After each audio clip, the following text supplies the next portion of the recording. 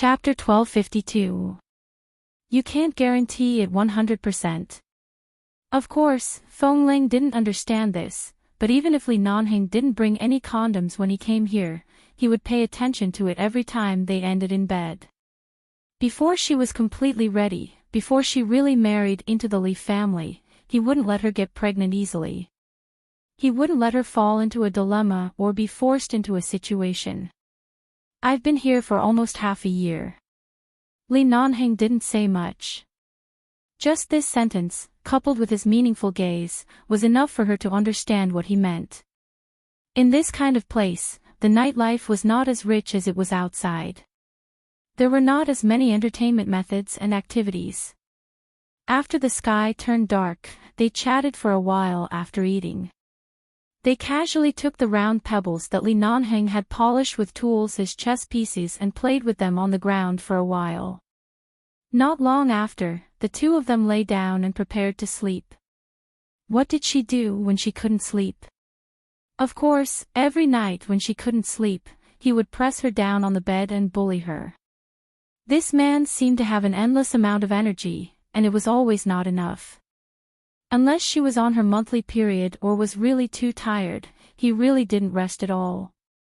He did it at such a high frequency, and now he said that he couldn't guarantee a 100% success rate, which meant that she might really be pregnant. Otherwise, why would she suddenly feel disgusted? Feng Ling didn't know what counted as pregnancy, but according to what she had seen of Jean Wan, it seemed that she often felt inexplicably disgusted and couldn't eat food that was too oily or too meaty. Thinking about her state just now, wasn't it about the same? Seeing the confusion and helplessness in her eyes, Li Nanheng put down the cutlery. Let's go to the hospital tomorrow. Feng Ling was startled and returned to look at him. Both of them knew that she had been in the base for 10 months. In the past 10 months, she had never left the jungle. There were only a few times when she needed to buy some necessities. Li Nanheng had taken advantage of the time when he was contacting the base to go outside the jungle to find his car parked in a secluded parking lot, drive to the city, buy some things, and then continue to accompany her here. Malibu Beach was a scenic area that had been open to the public. However, not many people would approach the area near the jungle. After all, it was rumored that there were all kinds of ferocious beasts in the jungle. In fact, it was just that the local tourism bureau did not want this large natural jungle to be destroyed and disturbed by tourists.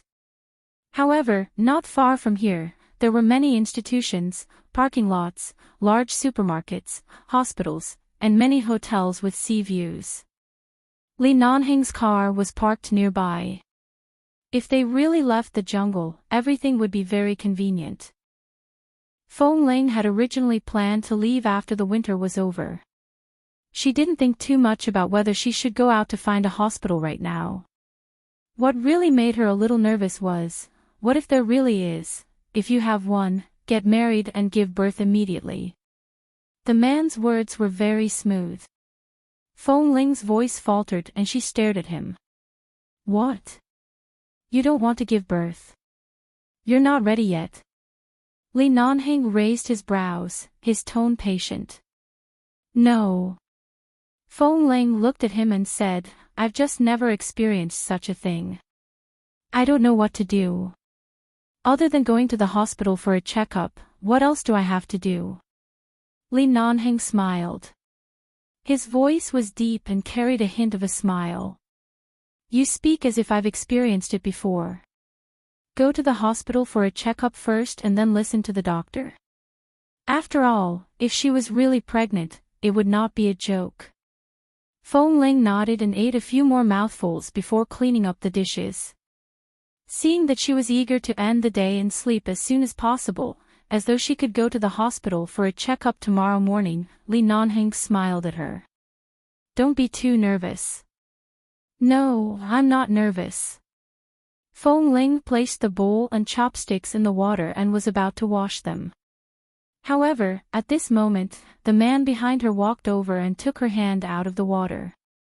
He naturally took over the work of washing the dishes and comforted her as he washed. I'm usually so careful. Although it's not 100% successful, I think the chances of being pregnant shouldn't be very high. If you're not pregnant, our original plan won't be disrupted. If you're really pregnant, if you're not prepared to be a mother, you can give birth and throw it to the Leaf family. The 4 elders of the Leaf family will definitely take turns to take care of the child. There's no need to worry. Feng Ling originally didn't think so much. Hearing his words, she immediately replied. Throw it to the Leaf family. You want to use the word throw on your own child. Li Nanheng's lips curved up. As he washed, he looked back and pecked her lips. You haven't confirmed whether you're pregnant or not, and you're already starting to protect your child. Are you going to argue with me over a single word? Realizing that she had been teased by him, Feng Ling glared at him and ignored him. She turned to sit back on the bed and looked at her stomach from time to time. So if you're really pregnant, do you plan to take care of the child yourself in the future? Li Nanheng washed the dishes and turned to help her boil the bathwater. Now that the weather was cold, they couldn't go to the stream to wash. There was a large water bucket in the room that Li Nanheng had built. 2 buckets a day were enough for the 2 of them to cook, wash things, and boil water for bathing at night. However, it was a little troublesome to fetch water back every day. Of course, Li Nanheng snatched away the hard work. I've never thought about it. As Feng Ling spoke, she subconsciously placed her hand on her stomach. She recalled that when Jin Wan was pregnant, she would subconsciously protect her stomach. So this was how it felt. She didn't know if she was pregnant or not, but she already had this kind of consciousness. So, when Jin Wan woke up in the hospital and found that her child was gone, how did she survive those months, especially when Mr. Mo hadn't woken up yet? How painful and sad must she have been? I didn't think about it before, but now I can think about it seriously. When Li Nanheng walked past the bed, he pinched her chin and continued to get the water. After a few months, this young master of the Leaf family had already gotten used to loving her, taking care of her, and trying to make her do as little as possible. He rushed to do everything that he could do, causing Feng Ling to get used to being taken care of by him. She didn't even need to prepare the bathwater herself. When Li Nanheng prepared the water and gestured for her to go take a shower, Feng Ling lowered her head to observe her flat stomach as she bathed. What did it feel like to be a mother? She suddenly recalled that time in the coffee shop. Qin Qiu had sat in front of her and kept staring at her face. That kind of careful, warm gaze, but she didn't dare to approach. Chapter 1253. After living in the jungle for these months, Feng Ling had figured out many things. In fact, there was indeed no fault. Back then, her parents had accidentally left her in the sea. In the vast sea late at night, even the crew on the cruise ship couldn't find her. Could it be that her parents had to jump into the sea in exchange for her life? The Feng family had never forgotten her. They were not cold-blooded. They even cherished the memory of her, dead, and had always kept her in their hearts. Although when she recalled her childhood experience, she felt that it was really a miracle to be able to walk out of the jungle alive and enter 11 base alive to change her life, but after all, she was a miracle itself. This was something she should be thankful for. Besides, she had never lacked the love of her family, and there was a man like Li Nanheng by her side. She was actually very satisfied. There was nothing to hate. All she had was contentment. So if she really left the jungle, she might find time to see Qin Qiu. Of course, she wouldn't go to the Feng family, but Qin Qiu was her mother after all. Between mother and daughter, they should have a face-to-face conversation. After all, she had given birth to and raised her. At least, she could tell that Qin Qiu really respected her. Such a mother shouldn't be left out. At least, she should be given a sense of security. After all, for so many years, the person who suffered the most must be Qin Qiu. Seeing her alone and calling her mom should make Qin Qiu very happy, right? Thinking of this, Feng Ling's heart warmed up. The next day, Feng Ling woke up very early and went to prepare breakfast as usual. She slept early last night. Although she woke up early today, she was very energetic. After all, last night, Li Nanheng was worried about her body. If she was really pregnant, he definitely couldn't touch her easily.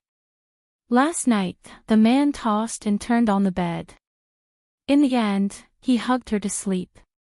After falling asleep, his hands were still restless and insisted on holding her firmly in his arms. After making sure that she was always his, he gradually fell asleep. Feng Ling woke up early, and Li Nanheng also woke up.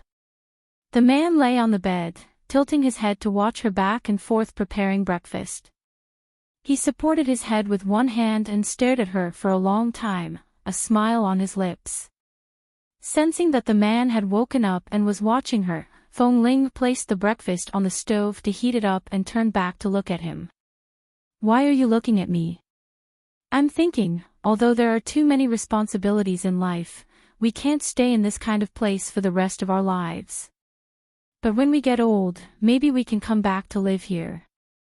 At that time, I'll build a house for you. I'll have experience building another house. How about building a 2-story house?" Feng Ling chuckled and poked the flame in the stove with a small wooden stick. After watching the fire burn brighter, she gently shook the small wooden stick in her hand. "If I'm really old, I won't be able to move easily. I can't even carry water. How can I live here? TSK, when the time comes, we'll prepare some water pipes from outside and extend them to the clear stream. We'll think of a way to direct the water over. Or if it really doesn't work, we'll drill a well near the house. As long as we can still breathe, we can do anything. What's there to worry about?" The man sneered.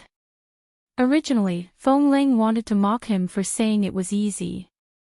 It wasn't easy to connect a water pipe in such a place, but it wasn't impossible to drill a well. This place was close to the sea and there was fresh water. It shouldn't be too deep to have water. She didn't say anything more. She just thought that if she could really come back in the future, it would indeed be quite exciting. In the past, she only felt that this place was very secluded and had too many things to do with her childhood. But now, the meaning of this jungle to her had long changed. Everything was because of Li Nanheng. Li Nanheng. It was really a name that changed her life. Feng Ling didn't realize that she was sitting by the stove and writing these words on the solid muddy ground with a small wooden stick. "What are you writing?" The man's voice suddenly appeared behind her. She suddenly shivered and subconsciously used her feet to cover the 3 slightly obvious words on the ground. She didn't notice when he got off the bed and walked over. Li Nanheng had long seen it. He bent down behind her and whispered into her ear with a low smile, "Why didn't I know that you love me so much? Sitting here early in the morning, you're so bored that you're writing my name on the ground to pass the time." The wooden stick in her hand had been in the stove for a while, and there was a piece of semi-hard charcoal at the front. When she wrote on the ground, it would leave a black mark. Earlier, she had repeatedly written and traced here, making the originally unclear words clear. Li Nanheng's eyes were fine, so how could he not see it? At this moment, Feng Ling simply stepped on it with both feet and silently hid her deep love under her feet. Li Nanheng laughed out loud because of her feminine side. Hearing his laughter, Feng Ling abruptly stood up and made a move. The man dodged in time. After a while, the two of them were playing on the bed. Feng Ling was out of breath from his kiss and the fragrance of breakfast wafted in the air. Only then did they finally stop. Before leaving the jungle, Feng Ling extinguished the fire in the stove. After living here for so long, she usually paid the most attention to fire prevention. After all, in a place like the jungle, what she was most afraid of was fire. There were flammable flowers and trees all around, especially now that it was winter and the air was dry. If she wasn't careful, it might cause a forest fire. Even if she only went to the hospital for a checkup and would be back in a few hours, she still paid attention to this. When she first came out, Fong Ling did not feel uncomfortable because she had been inside for 10 months. However, Li Nanheng's car was parked in front of the Malibu Beach scenic area. It was a little cold in this season, and there were very few tourists. There were only a few people nearby. Fong Ling looked at those people and then at the sea not far away. Is there anything you're not used to? After getting into the car, Li Nanheng helped her buckle her seatbelt. At the same time, he circled her in the passenger seat and looked at her with concern. Do you want to go straight to the hospital or find a place to sit for a while? He considered that it had been a long time since she had seen other people. He didn't know if her interpersonal skills would be affected. After all, in the past, Fong Ling had always been very cautious in dealing with people and was not very open-minded. I'm fine. I'm fine. Let's go straight to the hospital. Fong Ling blinked at him. I'm not that 5-year-old little girl who just walked out of it. I'm already used to it. Li Nanheng smiled, rubbed her head, and started the engine. Chapter 1254. The nearest international hospital to Malibu Beach in Los Angeles. Fong Ling went to have her blood tested and did several other tests.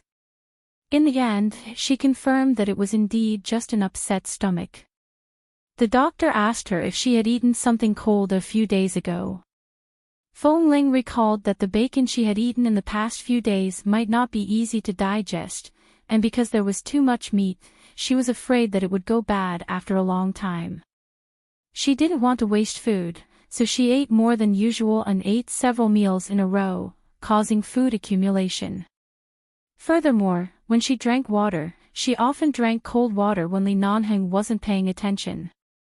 If there was no hot water, she would drink cold water. This might have caused a burden on her stomach. That was why she suddenly experienced nausea, vomiting, and loss of appetite. Right now, she felt disgusted when she saw bacon because she had eaten too much these past few days. After confirming that she was not pregnant, although Li Nanheng knew that he was usually very careful and that the possibility of pregnancy was not high, he still held the test report with a look of disappointment. In fact, he should be more careless occasionally. Perhaps in a few months, his child would be born. When did he, Li Nanheng, become so obedient? He actually restrained himself every time to prevent her from getting pregnant. What are you disappointed about? Fong Ling snatched the test report from his hand. It's not time yet, Tisk, how can I not be disappointed? Li Nanheng hugged his little wife and walked towards the hospital parking lot. If I'm really pregnant now, can't I go back and get married immediately? The sooner I marry into the Li family, when I return to the base, I won't just be little Fong Ling in the eyes of those grandsons. She'll be Mrs. Li, my wife. As the man spoke, he leaned down to her ear. Why don't we go back tonight and make a baby? Fong Ling originally thought that she was really pregnant last night, but now she knew that it was just a misunderstanding. It was just an upset stomach. She couldn't tell if she was relaxed or a little regretful like him. Their relationship was so good. In fact, if they really had children, it would be good. Anyway, as he said, if she had time to take care of the children, she could learn to be a mother. If she really didn't have time, the elders of the Li family could help them take care of the children. This was indeed a happy thing. Hearing that he wanted to make a baby, she did not say anything. She did not object or agree. Seeing that she clearly did not completely reject him, Li Nanheng's eyes lit up. He wished he could bring her back to the car and make a baby in the car. However, after being kissed by him for a while in the car, Fong Ling suddenly said, since it's rare for you to come out, buy some blankets and coats nearby. After all, you have to stay here for the entire winter. Buy a duvet. It's light and comfortable. Sure. Li Nanheng's mind was filled with thoughts of going home to make a baby. It was even better to change to a more comfortable quilt. Without hesitation, he agreed and hugged her to nibble on it. When Feng Ling raised her hand to push his face, he smiled and drove to the nearby shopping mall. After all, this was a scenic spot. There was no lack of anything. The shopping mall was also very close. It had been a long time since Feng Ling had visited such a place. After buying the duvet, she strolled around for a while and bought some other daily necessities. She also bought a particularly beautiful shell wind chime that was commonly seen in this kind of scenic spot with the sea. Feng Ling and wind chime had the same sound. She instinctively liked this thing and bought it. She wanted to hang it in front of the window of the cabin as a decoration. Of course, there was no lack of delicacies from all over the world in this kind of scenic spot. There was a hot pot place on the top floor of the shopping mall. Although the taste was not as authentic as the last time, the soup base was light and the ingredients were enough to satisfy one's cravings. Furthermore, it was not very stimulating to the stomach. After buying a lot of things and eating their fill, they prepared to go back. The two of them had just placed the things they had bought into the trunk of the car and were tidying up the things in the back of the car when they suddenly heard some tourists nearby speaking different languages and pointing in a certain direction. Their words were filled with surprise and bewilderment. Li Nanheng seemed to understand a certain Korean or Japanese language spoken by the people closest to him. His hand that was putting the things into the car suddenly paused and he abruptly turned to look in the direction those people were pointing at. In the distance, the sea was calm, and about 10 kilometers away, in the direction of the jungle where he had accompanied Feng Ling for half a year, there was billowing smoke in the sky. The smell had even gradually drifted to this position, and the air was filled with the smell of burning fire. At this moment, Feng Ling also abruptly turned to look in that direction. Her clear eyes reflected the thick black smoke, and her brows instantly twitched. She abruptly turned to look at Li Nanheng. Without saying anything, the two of them decisively closed the trunk, quickly got into the car, and drove back. The closer they got to the jungle, the more they could feel the burning sensation in the air. When they could clearly see the flames, Li Nanheng frowned. He didn't need to look at Feng Ling's eyes to know her current mood. The flames had already covered the entire jungle. It was early winter, and the air was dry. The trees in the jungle had already turned yellow. As long as there was a little fire source, with the help of the wind, it was enough to make the fire spread very quickly. When they drove the car to a place only a few hundred meters away from the flames, the sea of flames had almost engulfed the entire jungle. He didn't have time to think about their home, their house, and everything they had left in the jungle. Li Nanheng only heard the sound of many fire engines approaching. At the same time, he saw the black MPV parked not far away. When he saw the old couple standing by the car and excitedly wanting to rush into the sea of fire, his brows suddenly twitched. The two elders of the Feng family. They.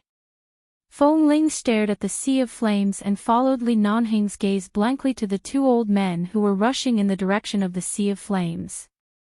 Her voice was slightly hoarse. Who are they? Grandfather Feng and Grandmother Feng. When Li Nanheng said these words, he seemed to have thought of something. He subconsciously gripped the steering wheel tightly and drove the car over. When the car stopped by the two elders, she had just opened the door when she suddenly heard Grandmother Feng's desperate and pained cry. What should we do? What should we do? They're all inside. They're inside. How can there be such a big fire? What should we do? Inside. Who was inside? Li Nanheng got out of the car, and Feng Ling quickly followed him out. When she followed him to the two elders of the Feng family, the two agitated old men suddenly turned their eyes. When they recognized Li Nanheng, they abruptly turned their heads and met Feng Ling's eyes. Chapter 1255. The moment their eyes met, the two old men looked into Feng Ling's eyes and were both startled. Grandmother Feng looked at her with tears in her eyes. She raised her hand tremblingly, but as she looked at her, she anxiously reached out in the direction of the burning jungle. This child, elders, this is. Li Nanheng sensed the seriousness of the matter from the two elders' eyes and frowned. What happened? Grandfather Feng's gaze also fell on Feng Ling, but he didn't have time to say anything. The moment he saw Li Nanheng, he raised his old hand and pointed in the direction of the fire. They're inside. They went in to look for you. Quick, think of a way to save them. Li Nanheng's brows twitched. Who are they? At this moment, Grandmother Feng suddenly burst into tears. She quickly stepped forward and hugged Feng Ling, who was still standing by the side in a daze. As she hugged her, she buried her face in front of her and cried loudly. My granddaughter. You're my granddaughter. Feng Ling. My good granddaughter. Grandma finally saw you. But what should we do now? Your parents went in just now. They thought you were in the jungle and were afraid that our legs wouldn't be good, so they said they would go in to look for you first, but why did it suddenly catch fire? What should we do now? Old Madame Feng cried and sobbed. As she cried, Li Nanheng could roughly understand what was going on. Suddenly learning that Qin Qiu and Mr. Feng were in the jungle, Li Nanheng's eyes darkened. He glanced at Feng Ling, who was still standing there. She didn't know where to put her hands and feet when she saw the old woman suddenly pouncing on her and crying uncontrollably. However, the moment she heard that her biological parents were in the burning jungle, all her hair stood on end. The moment Li Nanheng turned to look at her, she abruptly turned to look at him. Their eyes met. They were used to being in 11 base, so they didn't have anything else to say. The most important thing right now was to save them. How did they get in with such a big fire? Li Nanheng said as he quickly observed the fire above the jungle. Hearing the sound of the fire engines approaching, he turned back to look in the direction of the fire engines and decisively walked toward them. Feng Ling thought that Qin Qiu was inside. That was her mother and her father whom she had never seen before. The habit of every rescue mission and the faint consciousness in her heart reminded her to immediately go to the fire engine with Li Nanheng to apply for the rescue. However, the old woman who was crying so hard that she almost fainted made her unable to retreat. Her hands were stiff by her sides. Listening to the old woman's pained and anxious cries, Feng Ling lowered her head to look at her. Her lips moved, but she didn't know what to say or what to say. At the critical moment of life and death, no one could spare the extra thought to consider what kind of background or how to address them. She paused for a moment and looked up at the old man who was walking over. Old Mr. Feng, I'm sorry, but I have to participate in the rescue now. Let's save them first, okay? Elder Feng looked at her deeply and tried his best to suppress his anxiety. He nodded at her and said, How are you going to save such a big fire? Child, don't take the risk. Your parents are in danger now. If you go in and something happens to them, I'm a member of 11 base. I have professional rescue methods. I've participated in countless dangerous missions. Please trust us. With that, Feng Ling pushed the crying old woman in her arms to Elder Feng. At the same time, she quickly turned and ran in the direction of the fire engine. Grandfather Feng held his wife's hand tightly and looked back at the burning jungle worriedly. The weather was too dry, and the fire was getting bigger and bigger. It was easier said than done to save people in such a large jungle. On the one hand, he was filled with worry, and on the other hand, he was happy to finally see Feng Ling. The two feelings collided. The two old men couldn't bear it and staggered by the car door. Please be all right. Please. Grandmother Feng clutched her chest, her eyes red. From time to time, she looked at the flames in the sky and then turned to look in the direction Fong Ling had just left. As she looked, she said in a trembling voice, "Old man, that's our granddaughter." "Yes, she's our granddaughter." Grandfather Fong sighed. "With just a glance, I can tell that she's an outstanding and brave child." Several fire engines were already in place. Li Nanheng used his phone to contact the nearest rescue helicopter of 11 Base. It would fly over in about half an hour. Because they were really members of 11 Base, the rescue team had to take out spare fireproof suits, disinfectant masks, and other equipment in the car at their request. Li Nanheng communicated with the people in the fire truck in English the whole time. Fong Ling listened and quickly changed her clothes.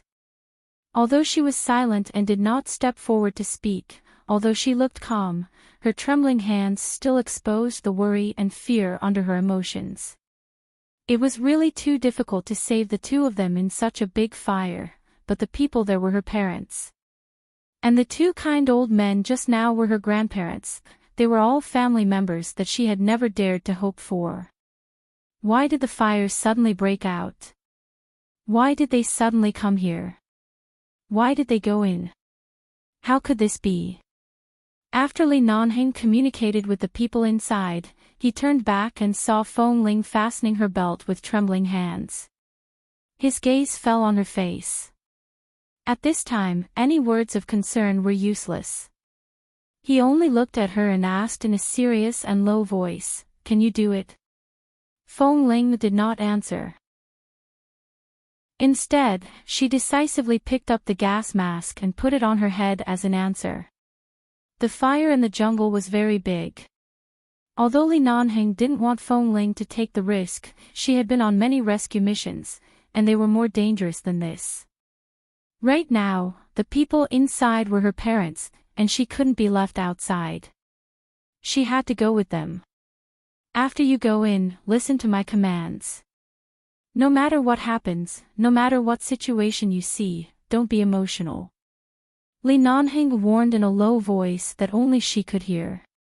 Fong Ling had already put on the gas mask and looked up at him. "Okay." The sky was dyed red by the flames, and the scorching heat came from the direction of the jungle, making her eyelids hurt. No one would have thought that the forest would be engulfed by a sea of fire just a moment ago when they were still planning to return to the forest and change into a feather quilt to stay for another winter. Chapter 1256. The sudden impact on Li Nanheng was not small, let alone Fong Ling, who had a special feeling for this jungle. However, the people in danger were her parents who gave birth to her. She didn't even have the time to feel sad or regretful. She had to participate in the rescue. She couldn't even have the time to feel uneasy or confused. Li Nanheng looked at her for 2 more seconds and suddenly said sternly, "Fong Ling, listen up." Fong Ling, whose back was slightly sagging, subconsciously straightened her body and stood in front of him with her legs closed. "Yes. From now on, follow behind me. You're not allowed to rush forward alone. You're not allowed to be more than a meter away from me. Even if the home you built with your own hands is destroyed, you have to remember what's more important. If the home is gone, you can build it again. Your life is the most important, understand?" Fong Ling's expression did not change. Her hands slowly clenched into fists in the sleeves of her heat-resistant suit. Although she only answered with one word, her voice was still hoarse. "Yes." At the same time, the 2 elders of the Fong family were quickly invited over by the firefighters to ask what had happened. As the people in the car were all wearing the same clothes and the same disinfectant mask, their faces could not be seen. The only thing the 2 elders could recognize was Fong Ling, who was slightly shorter and thinner than those men. When she answered all the questions, she stared at her and said with red eyes, "My son and daughter-in-law are here to look for their long-lost child." As she spoke, the old lady looked at Fong Ling's mask and stared at her. We all thought that the child had been inside and wanted to pick her up and let her go home, but the jungle was too big. They didn't come out for more than 2 hours, and there was no signal on the phone. Then, for some reason, a fire suddenly broke out. The wind was too strong, and the fire spread very quickly. My old man and I were afraid that something would happen, so we quickly called the police. It didn't take long for the fire engine to arrive, but the fire was already terrifyingly big. After learning the general cause and effect, the fire brigade arranged for all the rescue and fire prevention equipment. If it was just a forest fire, there was no way to control the fire rationally. They could only wait for the fire to gradually become smaller and control the periphery to not be burned. After understanding the general cause and effect of the fire brigade immediately arranged for all rescue and fire prevention equipment. If it was just a forest fire, the fire could not be controlled rationally at all. They could only wait for the fire to gradually become smaller and control the periphery so that the fire would not spread to more places. But now that there were people in the jungle, they had no choice but to take the risk to rush in to save them. In such an endless jungle, they had no idea where the two of them were. In such a sea of fire, it was like looking for a needle in a haystack, and they were risking their lives to fish for it. Fong Ling jumped out of the fire truck with everyone. Old Madame Fong watched her figure with reddened eyes. Seeing that Fong Ling did not look back and decisively followed everyone forward, old Madame Fong suddenly called her, "Child." Fong Ling's footsteps paused, but she only paused for a moment before continuing. "Fong Ling." Madame Fong couldn't help but rush forward to grab her wrist. "Good child, do you know your background? Do you know what your relationship with the Fong family is? Listen to Grandma. Don't go, okay? You've already suffered for too many years. Don't go." Fong Ling was silent for a moment before gently pulling her hand out of the old lady's grasp. She then turned back and said through the gas mask, "I'll save them. Please don't worry." With that, she left. "Ah, child, Fong Ling." Madame Fong was about to chase after her, but Fong Ling had already walked far away. Behind her, several members of the fire truck came forward to support Madame Fong, who was almost unable to stand steadily. They politely sent her and Grandfather Fong into the car and let them rest for the time being. Rest? Who could really rest? Grandfather Fong held his wife's hand tightly and looked at the sea of fire. He hated that he was too old. If time could turn back 30 or 40 years, they would definitely rush in to save him. They wouldn't be sitting here crying and being taken care of. There was nothing else they could do. In the end, Madame Fong could only close her eyes anxiously and pray to the heavens, to the Bodhisattva, and to the various gods. In the jungle, no one was more familiar with the environment than Fong Ling. The flames engulfed everything, and the flames and thick smoke also obscured the vision of the road ahead. Fong Ling followed the route in her memory. In addition, Li Nanheng had lived here for half a year, so he was already familiar with many directions and routes. The two of them carried rescue equipment and rushed in first. They stepped on the ground that was barely visible under the flames and leaned forward. The thick smoke was too heavy for them to speak, and the mask on their faces was not suitable for them to speak either. Li Nanheng searched around with the help of the flames. At the same time, his gaze fell on Fong Ling from time to time. He saw that she had been following obediently the entire time and was not too emotional because of worry, but he knew that this was when she was really worried and flustered. The more expressionless she was, the more emotional she was. She was afraid. She was not afraid that something would happen to her. She was afraid that her mother would really die here. This was the place where she could save her life when she was young. She had spent 5 years growing up here. If something happened to her parents here, how would she face all of this in the future? Li Nanheng lowered his head and glanced at the slightly soft mud. he saw two pairs of uneven footprints on it. Looking in the direction of the footprints, he pursed his thin lips coldly. Without saying a word, he reached out and pulled Fong Ling to his side. He pulled her forward and silently gave her the courage to persevere. Fong Ling's hand pressed against his hand and did not say anything. Fong Ling pressed her hand against his and did not say anything. She also saw the two footprints and guessed that they should be her parents. She immediately clenched her hand in his hand, but after a short while, the man forced her hand open and held it in his palm, preventing her from suppressing her emotions and stabbing herself with her nails. At the same time, he held her firmly and kept her by his side, not giving her any chance to take risks alone. Even if she died here, she had to die by Li Nanheng's side. The two of them bent down and continued to walk in, but the deeper they went, the more the smoke choked their eyes. Even though the gas and fire masks were very effective, they still inhaled some. The rescue operations that Fong Ling had participated in before were not as large as the jungle, and she could accurately know the target location. Chapter 1257. Right now, they didn't even know where they were. How could they find a target location? In such a large jungle, they could hide in any corner, but in such a sea of fire, where could they hide? The two of them gradually separated from the firefighters and kept walking forward because their home was there. The road in the middle of the jungle was particularly rugged.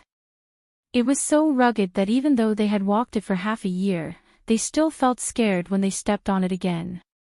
The sea of fire spread, and the choking smoke was nearby.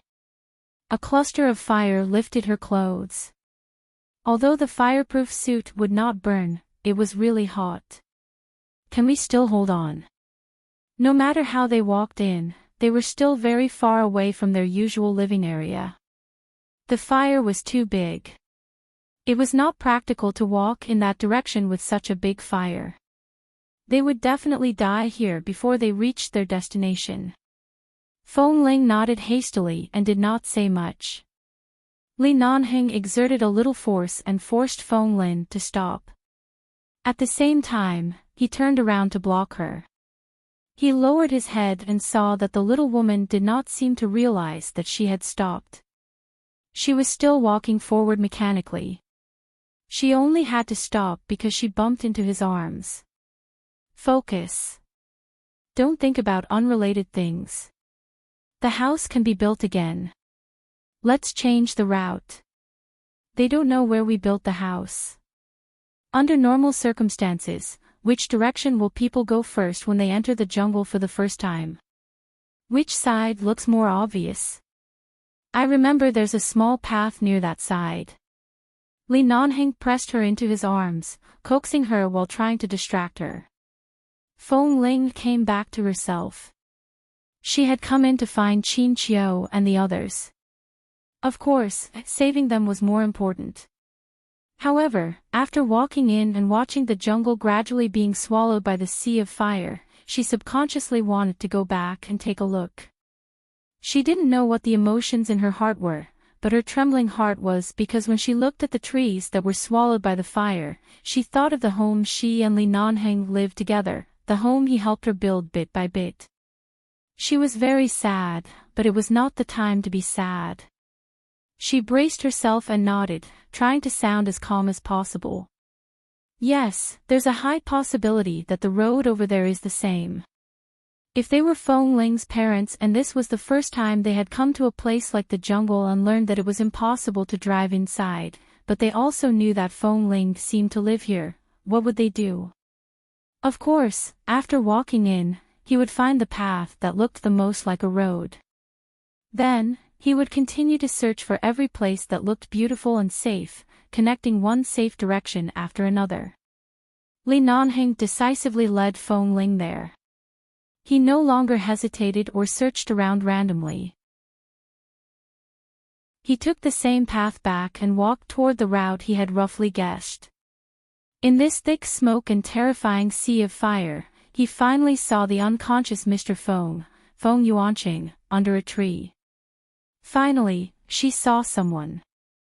When Feng Ling saw the person who had fallen to the ground, she thought it was Qin Qiu. She endured the scorching heat and the sweat on her body and rushed over. In the end, she turned the person over and saw that it was a man. She had rushed over in a hurry and hadn't seen his silhouette clearly.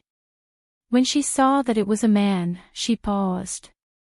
At this moment, Li Nanheng walked over and whispered, "Since Mr. Feng is here, it means that Madame Feng should be nearby.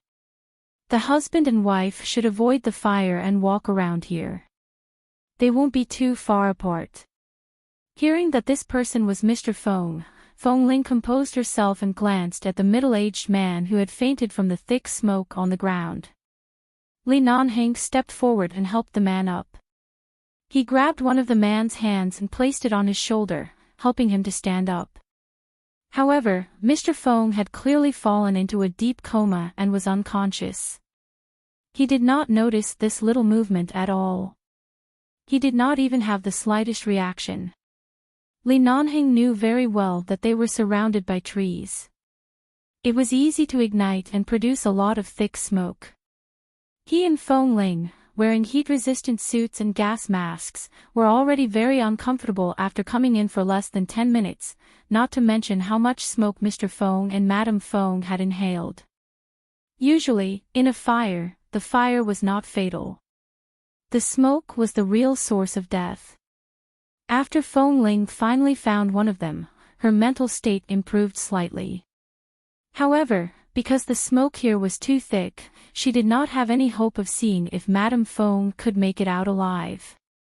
Based on the situation here, any rational person would be able to guess that even if the two of them were brought out, there was almost no hope of them surviving. She quickly looked around. The thick smoke affected her vision. Feng Ling narrowed her eyes and walked a little faster. She continued forward until she saw Madame Feng, Qin Qiu, who had fallen under the tree about 10 meters away. Her heart pounded hard and she quickly ran over to help Qin Qiu up. Madame Feng and Mr. Feng were in the same situation. They were unconscious. Time could not be delayed any longer. Feng Ling did not hesitate to carry Qin Qiu on her back. She supported her body with one hand and decisively took off the mask on her face with the other. She was about to put it on Qin Qiu's face. Li Nanheng turned back and saw her action. His cold brows furrowed. "Do you want to die?" Feng Ling did not answer. She just glanced at him and did not speak. She carried him on her back and walked out. Li Nanheng saw that she was feeling uncomfortable and guessed that nothing he said would make sense, so he did not stop her from doing such a stupid thing. Instead, he raised his hand to take off the mask on his face and walked over to put it on for her. When Feng Ling looked up at him and wanted to ask him what to do, she saw the anger in the man's eyes and was speechless. "Don't waste time. Let's go," Li Nanheng ordered coldly. He carried the middle-aged man who had been leaning weakly by his side and quickly carried him out with Feng Ling. They rushed out along the road under the sea of fire. From time to time, there was the sound of a tree being burned and falling. The journey that should have taken more than 10 minutes was completed in 5 minutes. They had been in there for so long that 11 Base's rescue helicopter had already arrived. Ignoring the objections of the firefighters, they were about to rush in to find them. A group of people was in a stalemate outside the jungle. Suddenly, they saw 2 people rushing out of the sea, each carrying a person. Seeing the 2 figures rushing out under the flames, the members of 11 Base were used to this kind of scene. They were the first to react and hurriedly went up to help. The firefighters looked at the 2 people who rushed out in shock and disbelief. Then they looked at the entire jungle that had been burned and felt incredulous. Chapter 1258. Feng Ling carried Qin Qiu on her back and ran out. The moment the rescue team of 11 Base rushed over, she saw that it was her own people. Her legs turned to jelly, and she staggered, almost kneeling on the ground. The rescue team members stepped forward to support her. Fong Ling. They hadn't seen each other for several months, but they didn't ask much. They just helped her up and quickly took the unconscious Chin Chiu over. The smoke inside is so heavy. Why did you and boss take off the things on your heads? It's okay. Just now, Li Nanheng had put it on for her, but she was in a hurry and didn't put it on properly. She still inhaled some smoke. She gasped uncomfortably and glanced at them. Then she looked at Chin Chiu, who had been quickly helped into the helicopter. She turned around and saw that Mr. Fong had also been sent into the helicopter by Li Nanheng. The firefighters also rushed over to cooperate. After confirming that there was no one else in the jungle, they began to carry out the emergency rescue work. However, the fire was too big. It was not easy to put out the fire. This matter was not under the control of 11 Base. Right now, the most important thing was to save lives. After receiving Boss Li's instructions, the members of 11 Base directly brought the two elders in the fire truck to another helicopter and drove the helicopter to the hospital without delay. Fong Ling boarded Li Nanheng's helicopter.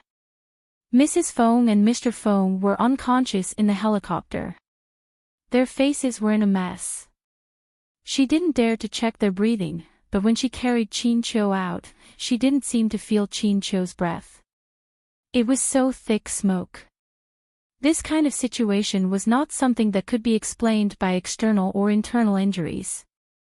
In such a big fire, with such thick smoke, even a short 5 minutes was enough to be fatal. When she carried him out, she tried her best to adjust her breathing rate so that she would not choke on the smoke, but at this moment, she felt that her lungs were hurting terribly, and her throat felt like it was being pricked by countless needles. If it was just a bloody wound, everything would be fine. If they were pushed into the emergency room, there might be a good chance of survival. But in this situation, seeing the couple lying there silently and the base doctor opening their eyelids to check their condition, and seeing the base doctor frowning, her heart sank to the bottom. Her hands suddenly felt heavy. Li Nanheng had already taken off his heat insulation suit, sat beside her, and held her hand tightly and heavily. Don't worry. The man's throat was also a little hoarse, but it was clear that he was in a much better state than her. He looked at her with heartache and worry in his eyes, and the other half was because he had to take charge of the overall situation for her under such circumstances. Fong Ling didn't say anything. She didn't know how pale her face was right now. She had some gastrointestinal problems since last night. Although the nausea and vomiting were gone, the discomfort in her stomach still existed. After such a stimulation and torment, she felt as though her entire stomach had turned over. Looking at Chin Chiu and Mr. Fong lying there motionless and silent, her heart also turned over. It was as though her internal organs were hurting. However, in the end, she didn't say anything. She unzipped her heat insulation suit with one hand and let out a long breath. She took off the heat insulation suit that had completely wrapped around her and threw it to the side. Her shoulder-length hair was wet with sweat and stuck to her cheeks and neck. Her body was also covered in sweat. She didn't know if she saw wrongly or if there was an airflow, but the plane was a little bumpy. She seemed to vaguely see the base doctor shaking his head gently after the examination. His eyes were filled with helplessness. Fong Ling's gaze swept past the base doctor's face and then landed on the couple. Her hands were almost instantly cold. Li Nanheng held her tightly and raised his hand to hold her in his arms. They're all fine here. Don't worry, they'll be fine. If you feel uncomfortable, close your eyes for a while. When we arrive at the hospital, we'll send them to the emergency room immediately. Don't be afraid. Fong Ling closed her eyes and leaned into his arms. In the end, she allowed the discomfort and exhaustion to surround her. Her lips moved. Her voice was too hoarse and low. It's all my fault. Blame you for what? When Li Nanheng heard these words, he instantly frowned and gripped her shoulder tightly. Don't let your imagination run wild. What does this have to do with you? In fact, we should have left long ago. I was the one who couldn't bear to leave. There were clearly so many responsibilities waiting for us, but I hid in a secluded world and selfishly enjoyed so many stolen days. If I could go back earlier, perhaps they wouldn't come looking for me. Perhaps they wouldn't. Fengling. Li Nanheng held her firmly in his arms. You know very well that this kind of thing has nothing to do with you. Don't rush to take the blame when something happens. The cause of the fire is still unclear. It's still unclear what happened to Mr. Feng and Mrs. Feng after they entered the jungle. If you continue to be so negative, I'm afraid I'll bring you back to the base. I won't even let you go to the hospital. You won't be able to see the Feng family again. Fengling did not speak anymore. She just closed her eyes and leaned weakly in his arms. After a long time, just when Li Nanheng thought that she was so tired that she fell asleep in his arms, he suddenly heard a low sob. Fengling was crying. However, she was afraid that someone would find out that she was crying, so she could only hide in his arms, but she still couldn't help but make a little sound. Li Nanheng did not speak. He hugged her and gently stroked the back of her head as though he was coaxing an injured little beast. He lowered his head and kissed the hair on her head to comfort her. At the same time, he turned to look at the doctor. The doctor saw that Fengling did not look at them and turned to meet Li Nanheng's gaze. He sighed imperceptibly and then gently shook his head. There was nothing he could do. The cabin was very quiet, and no one spoke. If one listened carefully, they could only vaguely hear Fengling's low sobs, but she really tried her best to suppress it and hide her voice. Her face was buried in his arms, and her hands were also tightly gripping his clothes. Her fingers were still tightly clenched, and there was the sound of bones crisscrossing. In all these years, the number of times Fengling had cried could be counted with 5 fingers, not to mention in front of so many members of the base. Li Nanheng glanced at the couple again, and his eyes darkened. He abruptly picked up Fengling, who was sobbing softly in his arms, and carried her into the bathroom in the helicopter. Chapter 1259. In the bathroom on the helicopter, there were all the things and facilities. The space was not big, but it was very quiet. After closing the door, it could isolate all the gazes from the outside. He gave her a quiet space to cry and let her vent. However, after entering the bathroom, Fengling just stuck in his arms and refused to raise her head. Li Nanheng locked the bathroom door, pressed her against the door, lowered his eyes to look at her, and forced her chin up to stare at her red eyes. Don't hide. If your heart is too uncomfortable, cry. After all, we've already rescued her, haven't we? The damage has been minimized, and the rest will be left to the doctor. You didn't do anything wrong. That jungle was the place where you lived when you were very, very young. You should be glad that your parents wanted to come here personally to take you back. They have seen the place where you lived when you were young. They really love you and miss you very much. Fengling could no longer hold back her tears. She raised her red eyes to look at him and suddenly burst into tears. She threw herself into the man's arms and sobbed hoarsely. Li Nanheng, I'm afraid. From the first day she could remember, she stood in the jungle to survive, and then for so many years, until today. This was the first time she said she was afraid. Li Nanheng hugged her and let her cry to her heart's content in the bathroom. In the end, when she was tired of crying and her stomach was uncomfortable, she leaned weakly in his arms and did not make a sound. After confirming that she had stopped crying, he opened the bathroom door and led her out. At this time, the helicopter had already flown over a large hospital that cooperated with 11 Base and was about to land. Fengling's eyes were already red from crying. The base members on the plane saw that she was actually crying. Recalling the scene where Fong Ling and Boss Lee risked their lives to save her from the sea of fire, although they didn't know what relationship the Fong family had with them, their relationship shouldn't be simple. Considering that Fong Ling was also surnamed Fong, the base members didn't dare to ask more. However, after the plane landed, considering that the wind outside was too strong and Fong Ling's eyes were rarely so red, one of the members handed her a pair of sunglasses. "Thank you, I don't need it." Fong Ling didn't mind her eyes were red. "Put it on. The wind is strong. You just cried, and your eyes can't stand the stimulation." Li Nanheng took it for her and put the sunglasses on for her. He really couldn't bear to see her crying. Earlier in the bathroom, his heart ached so much that he wanted to dig out his heart. Right now, there were still a lot of things waiting for them to deal with outside. There were also Mrs. Fong and Mr. Feng's lives waiting for emergency treatment.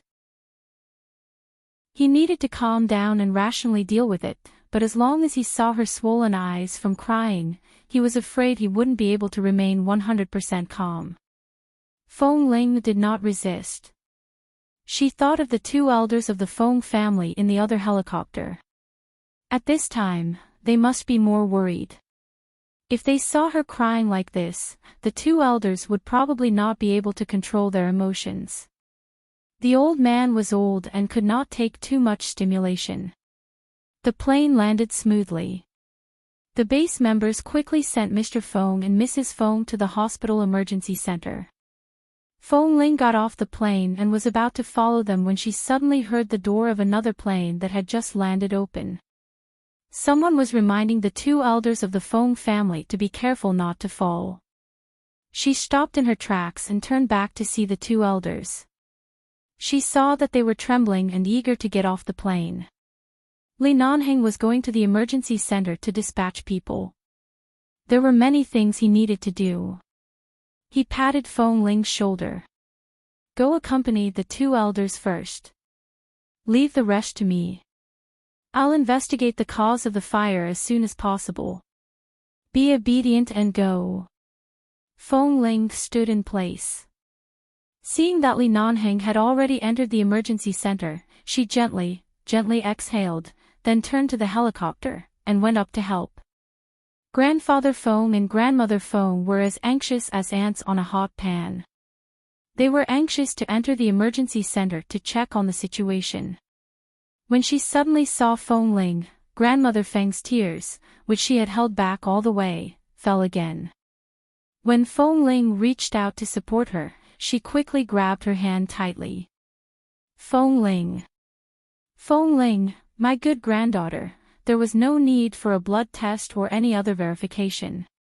When she saw her outside the jungle, she was sure that this was really that child, the pitiful child of the Fong family who had been lost in the vast ocean at the age of 1. She doted on her the most. Fong Ling's face was somewhat similar to Qin Qiu's, but her features were very similar to her father's. Her entire body was filled with the shadow of the Fong family. It couldn't be wrong. In the eyes of outsiders, she still looked cold and unapproachable. However, after her hand was tightly grabbed by the old lady, she did not move away. She only supported her and nodded at Grandfather Fong, who was walking over. She said softly to them, "I've already sent him to the emergency room. I'll accompany you to the emergency center to find a rest room. Earlier, I choked on a lot of smoke and was tossed around all the way. Even young people can't take it, let alone you two. Go rest first. We'll be here. Don't worry." Grandfather Fong nodded and said softly, "I've already sent him to the emergency room." Grandmother Fong cried and nodded. "Child, you know who we are, don't you? You know where you're. Let's wait for news from the emergency room." Although Fong Ling knew that they were her family and that the people in front of her loved and missed her grandparents, now was not the time to acknowledge them. Besides, she didn't know how to deal with such feelings. She interrupted her softly.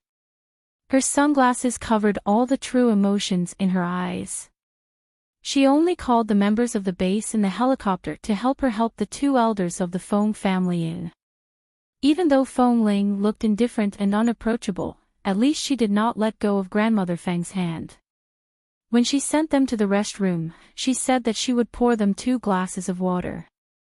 Grandmother Feng could see that her entire body was tense.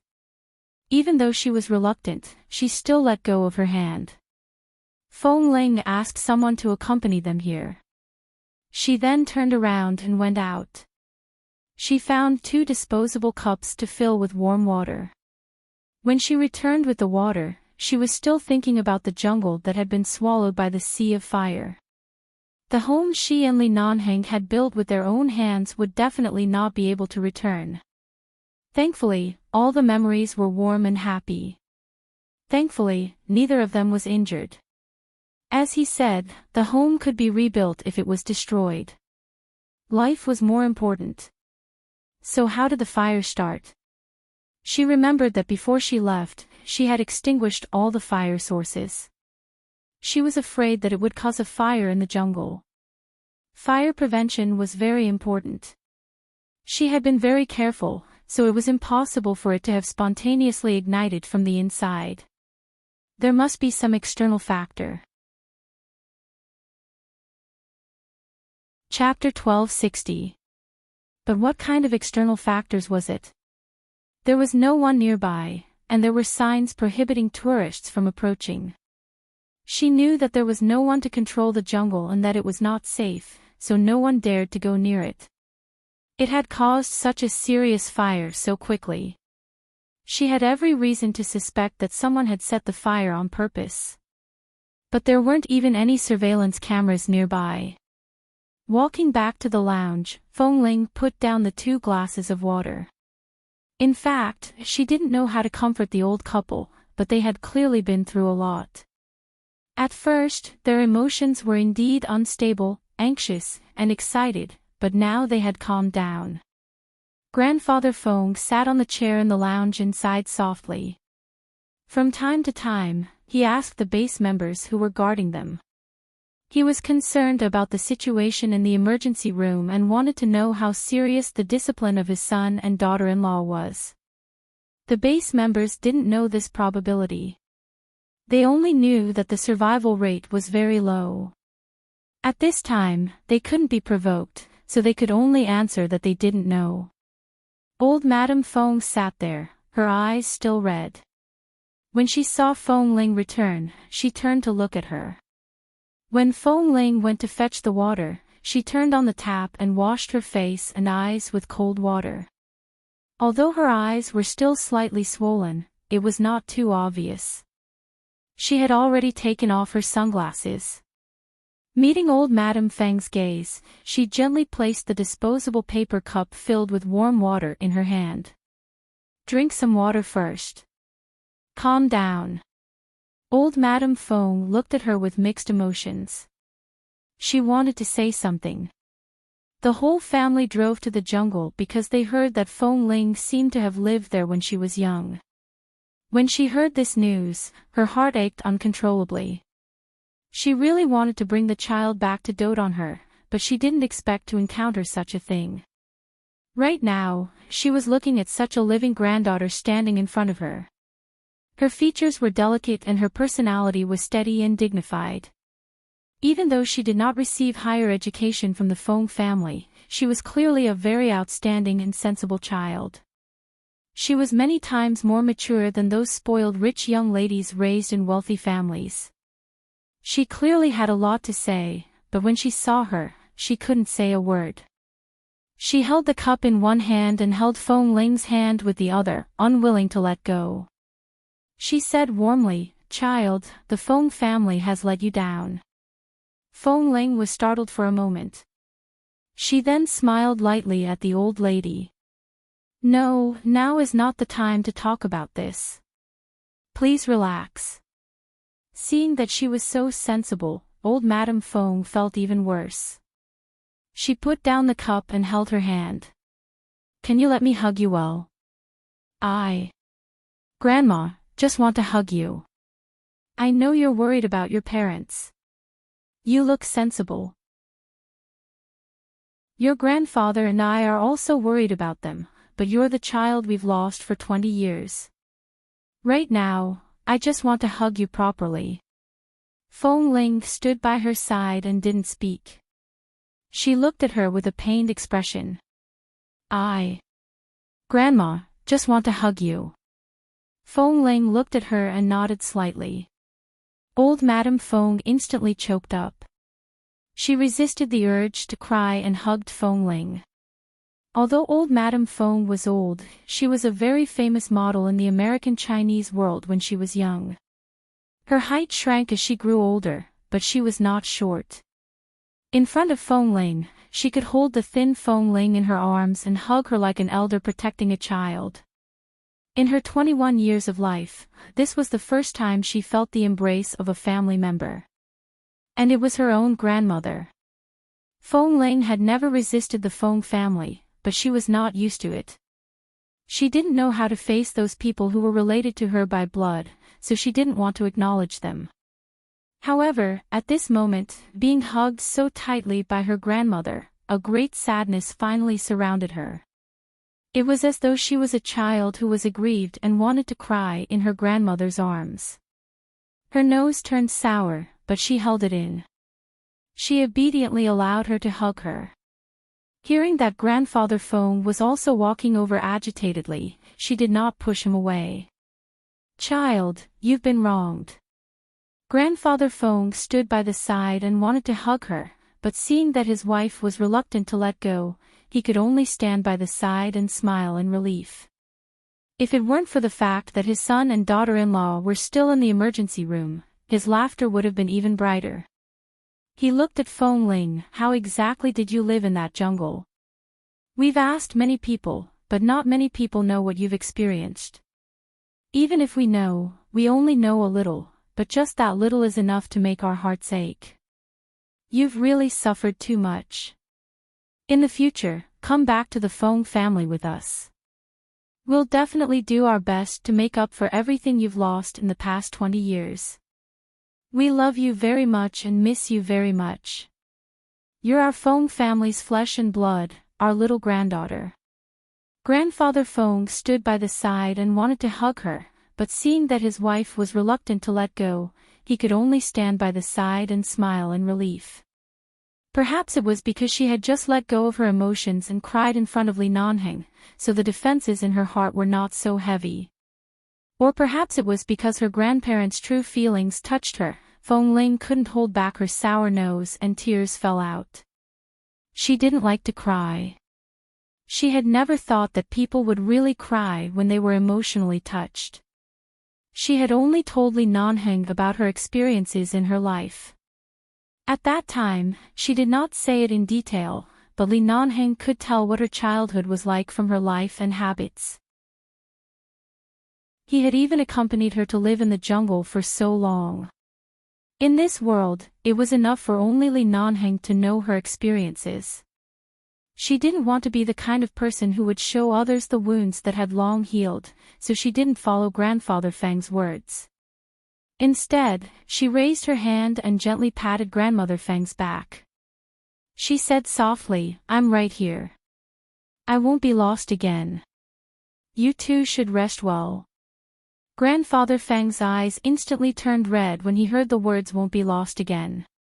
Grandmother Feng hugged her even tighter. At this moment, there was the sound of the base members greeting him respectfully. Then Li Nanheng appeared in front of the lounge. The man's gaze was solemn and indifferent as he looked at the two elders of the Feng family.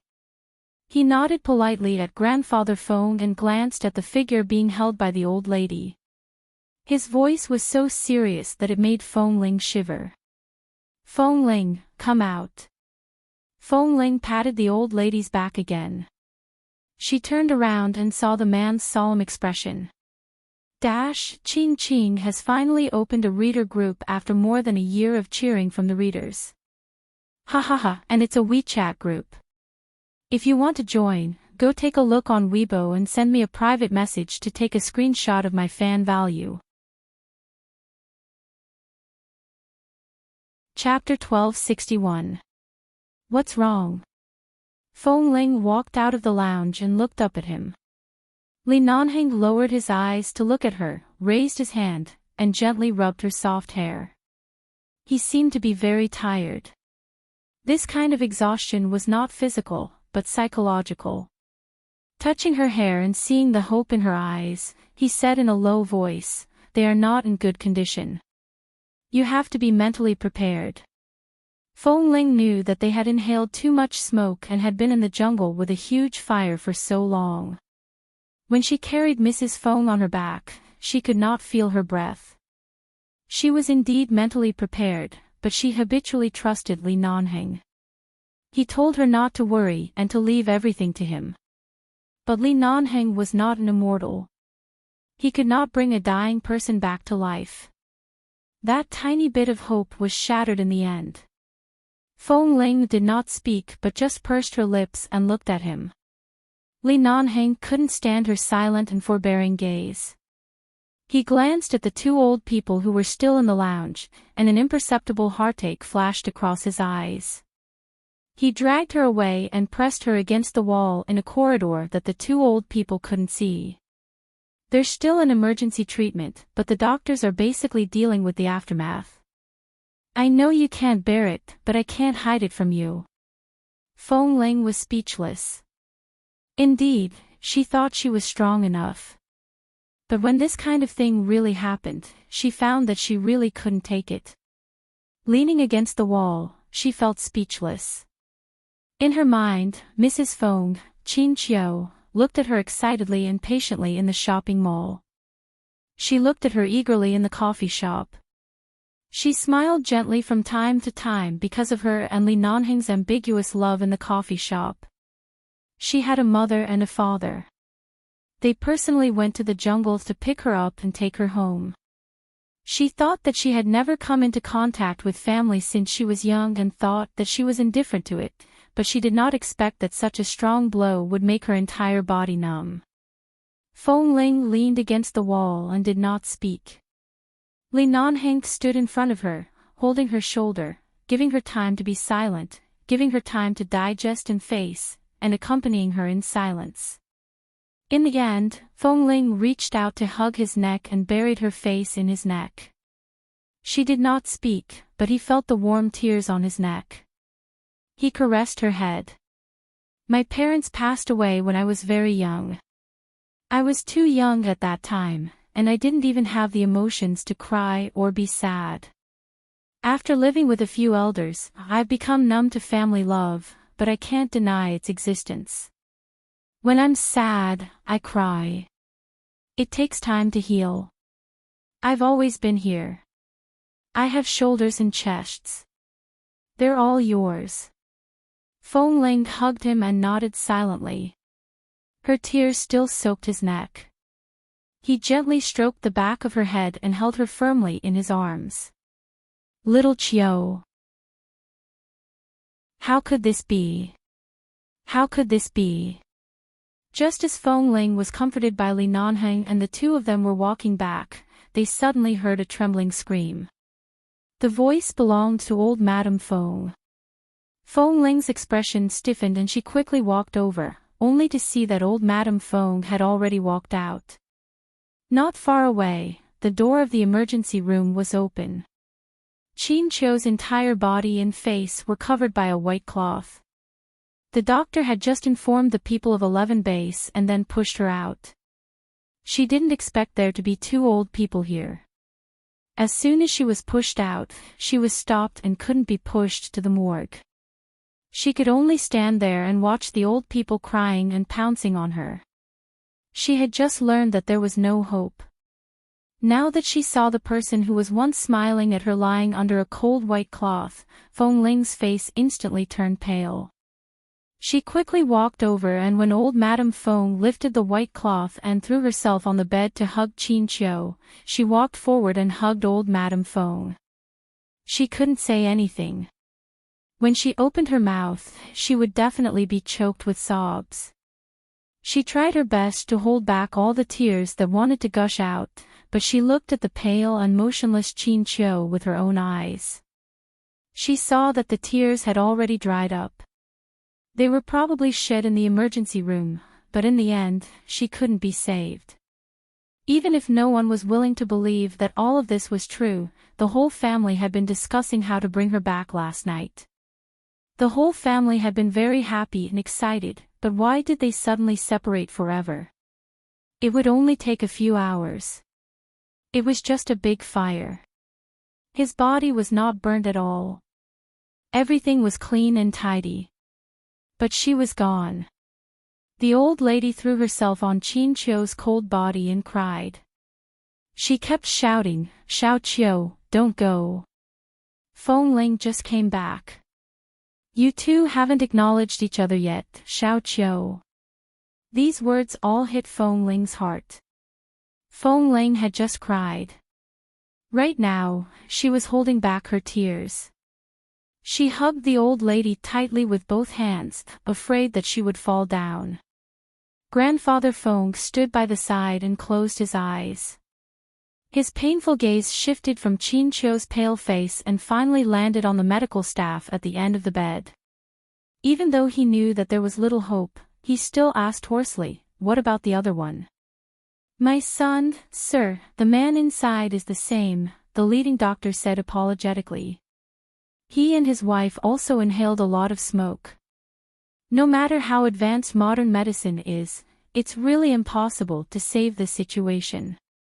However, the man's physical fitness is slightly stronger than his wife's. He barely regained some consciousness before, and now he's still breathing. Maybe he can see him for the last time.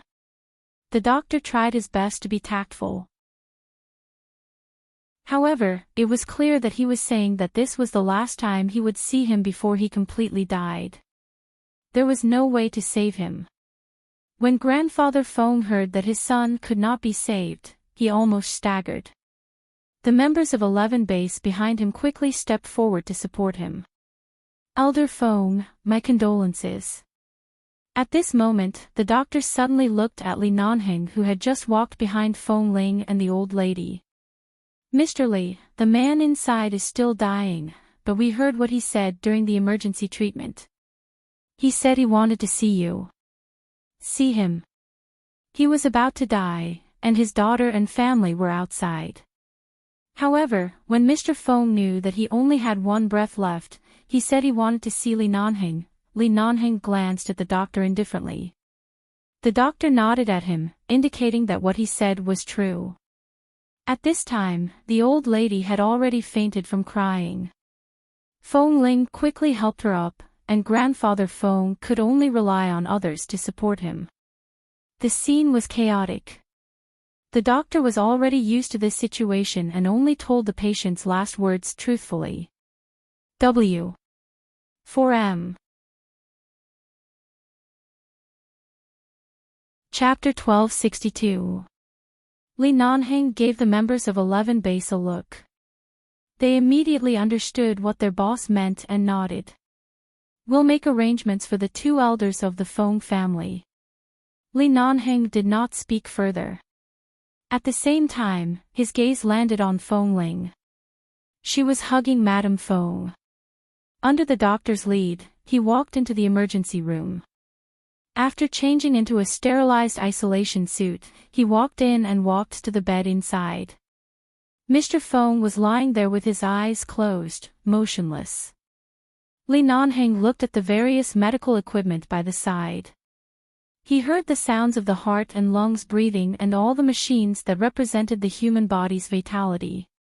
He saw Mr. Feng's weak breathing and the frequency of his heart that was about to stop beating. He walked to the bedside. "Sir, Mr. Li is here.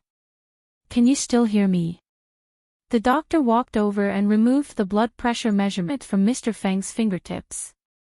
This thing was no longer of any use to him, but when it was removed, the other party would more or less feel it. After a long minute, Mr. Feng's eyelids moved slightly. His fingers also moved slightly. He could not open his eyes, but he moved his lips with great difficulty. Li Nanheng looked at him. A moment later, he leaned down and pressed his lips against his lips. He heard him say 2 words in a barely audible voice. He spoke with great difficulty and could hardly be heard clearly, but the emergency room was very quiet. Li Nanheng listened quietly. After a while, he finally finished listening to Mr. Feng's words, and his eyes were as deep as the sea. Then, a long beep came from the medical equipment by the side. When Mr. Feng was pushed out with a white cloth, the 2 elders of the Feng family had already been helped back to the break room by the people of 11 base. Only Feng Ling stood outside the emergency room and watched him walk out. Feng Ling stood there quietly. When she watched Mr. Feng being pushed out with a white cloth, her gaze lingered on the person on the bed for a long time until Li Nanheng asked her, "Do you want to see your biological father?" Feng Ling raised her hand. She wanted to lift the white cloth, but in the end, she only hung in the air and gently clenched her fist. "No, he's already gone. Let him rest in peace." Hearing her words, the doctor continued to push her towards the elevator to send her to the morgue. When all the medical staff had left, the corridor outside the emergency room was so quiet that even the sound of a pin dropping could be heard. Li Nanheng still stood there watching her. Feng Ling did not leave either. She just looked back at the man. "What did he say to you?" Li Nanheng did not answer. He walked up to her, lowered his eyes to look at her for a moment, and then raised his hand to pull her into his arms. Feng Ling knew that her father must have said something to Li Nanheng, but Li Nanheng did not say anything. He only hugged her and kissed her forehead. "What do you want to do now?" "I want to kill someone," Feng Ling answered straightforwardly. "The first time I had the urge to kill was when I faced that fat commander at the military base. Then I really killed him. This is the second time. I really want to kill someone." Li Nanheng's hand landed on the back of her head comfortingly and gently stroked it. "I understand." She hadn't returned home yet, and she hadn't recognized her relatives yet. Suddenly, she was separated from her parents for 20 years. They only wanted to go to the jungle to pick up their child. Everything should have developed in a good direction, but why did such a fire suddenly happen? Feng Ling closed her eyes. She clenched her fingers so hard that there was a sound of bones crisscrossing. "From now on, no matter what I do, don't stop me." Li Nanheng's hand paused on the back of her head, and Feng Ling continued, "I won't do anything illegal." A moment later, the man responded in a low voice, "N." It was said that the forest fire burned for 2 days and 1 night before the fire was slightly smaller. Only then could the fire trucks successfully approach and gradually put out the remaining fire. The entire jungle had almost been burned to the ground. When they approached, the ground was covered in charcoal and black tree trunks. When the wind blew, the air was filled with the smell of burning. This fire affected the tourism environment near Malibu Beach.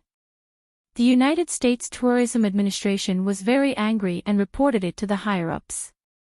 In less than 48 hours, it had already alarmed the higher-ups. They sent people from all over to investigate the cause of the fire in the jungle and ask questions everywhere. However, that jungle was not a place that anyone could easily approach. There were no surveillance cameras around, so there was no way to investigate. They only knew that the Feng family had appeared there in the end, but Mr. Feng and Mrs. Feng had already died because of this forest fire. The old man and old lady of the Feng family were sent to the hospital's recuperation center to be comforted and cared for by a psychiatrist. Right now, it was not suitable for the police to collect evidence and interview them. Who else was there in the Feng family? Feng Mingzhu. However, from the beginning of the incident until now, Feng Mingzhu had never appeared. Originally, even if someone had considered if it had something to do with Feng Mingzhu, Feng Ling believed that no matter how crazy Feng Mingzhu was, she wouldn't do something like burning her biological parents to death. She was just too extreme and muddle-headed. It was impossible for her to do such a heinous thing.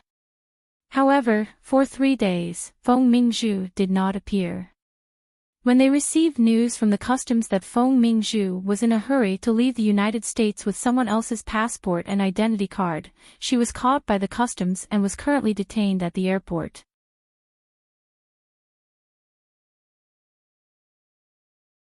Chapter 1263.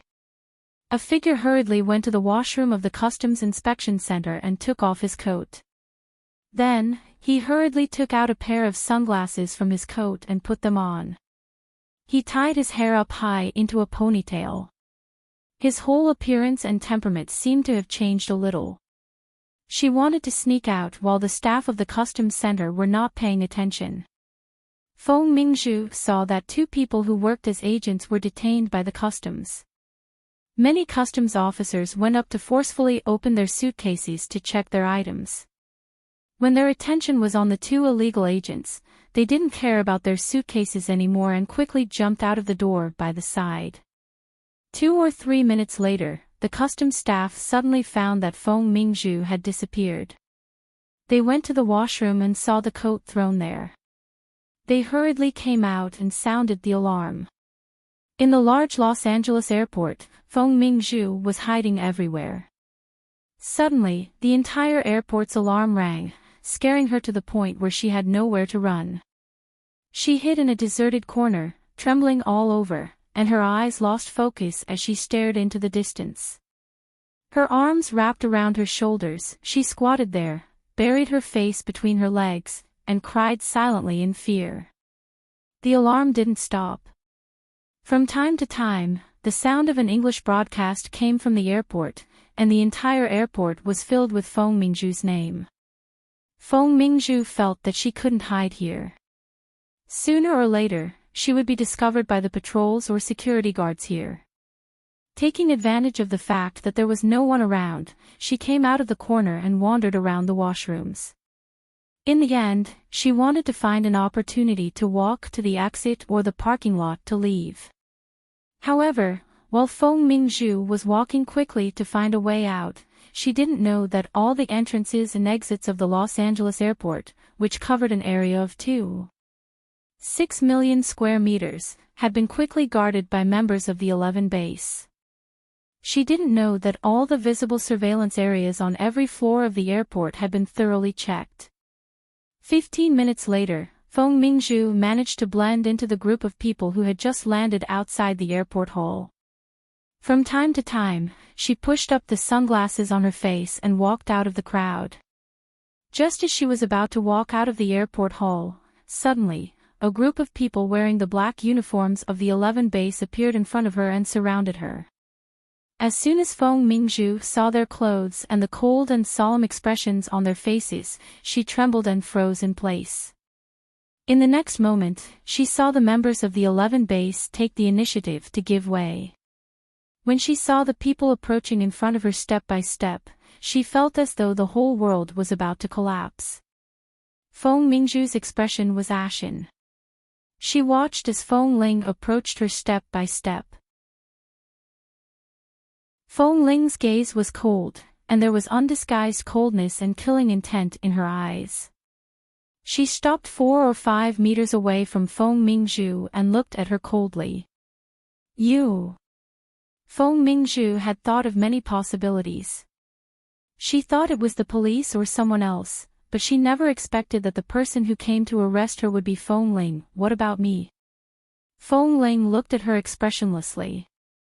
Her eyes seemed to be covered with a layer of ice. If you didn't escape, I wouldn't have thought that this whole matter would really have something to do with you. The police haven't even found any surveillance cameras near the area, but you've been hiding for so many days.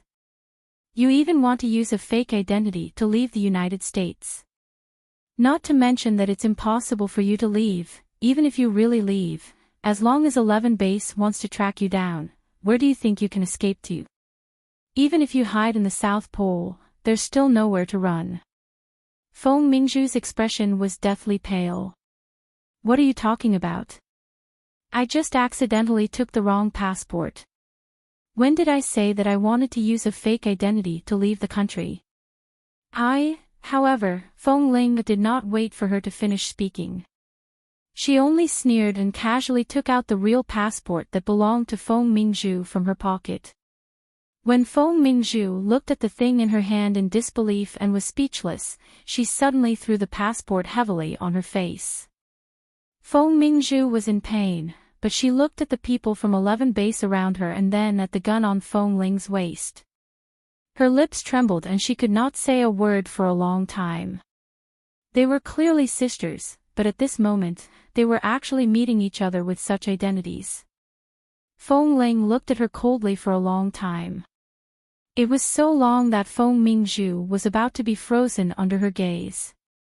Feng Ling asked coldly, "Why did you do this?" Feng Mingzhu closed her eyes. From the moment she learned that her parents had entered the jungle and that they had died in the fire, she knew that she was finished. Originally, she wanted to hide, but now she knew that she had no hope at all. Whether it was Feng Ling, the Feng family, or the police, they would not let her off. It was impossible for her grandparents to protect her. She didn't know why she suddenly walked into a desperate situation. She just wanted to stop Feng Ling from coming back. Feng Mingzhu closed her eyes. It was unknown whether she was crying or smiling. After a long time of tolerance, she suddenly knelt on the ground and cried loudly. She cried until her neck was red and her entire face was red. She cried until she was out of breath and shouted, "I didn't want to kill them. I didn't expect them to go in. Those are my parents. They are my parents. I only want to burn you to death, not them." Feng Ling's hands that were quietly hanging by her legs suddenly clenched into fists. I didn't want to. Feng Mingzhu had completely broken down. "I haven't eaten or slept for days. I just don't want you to go back to the Feng family. Why do you want to live? I just want you to die there.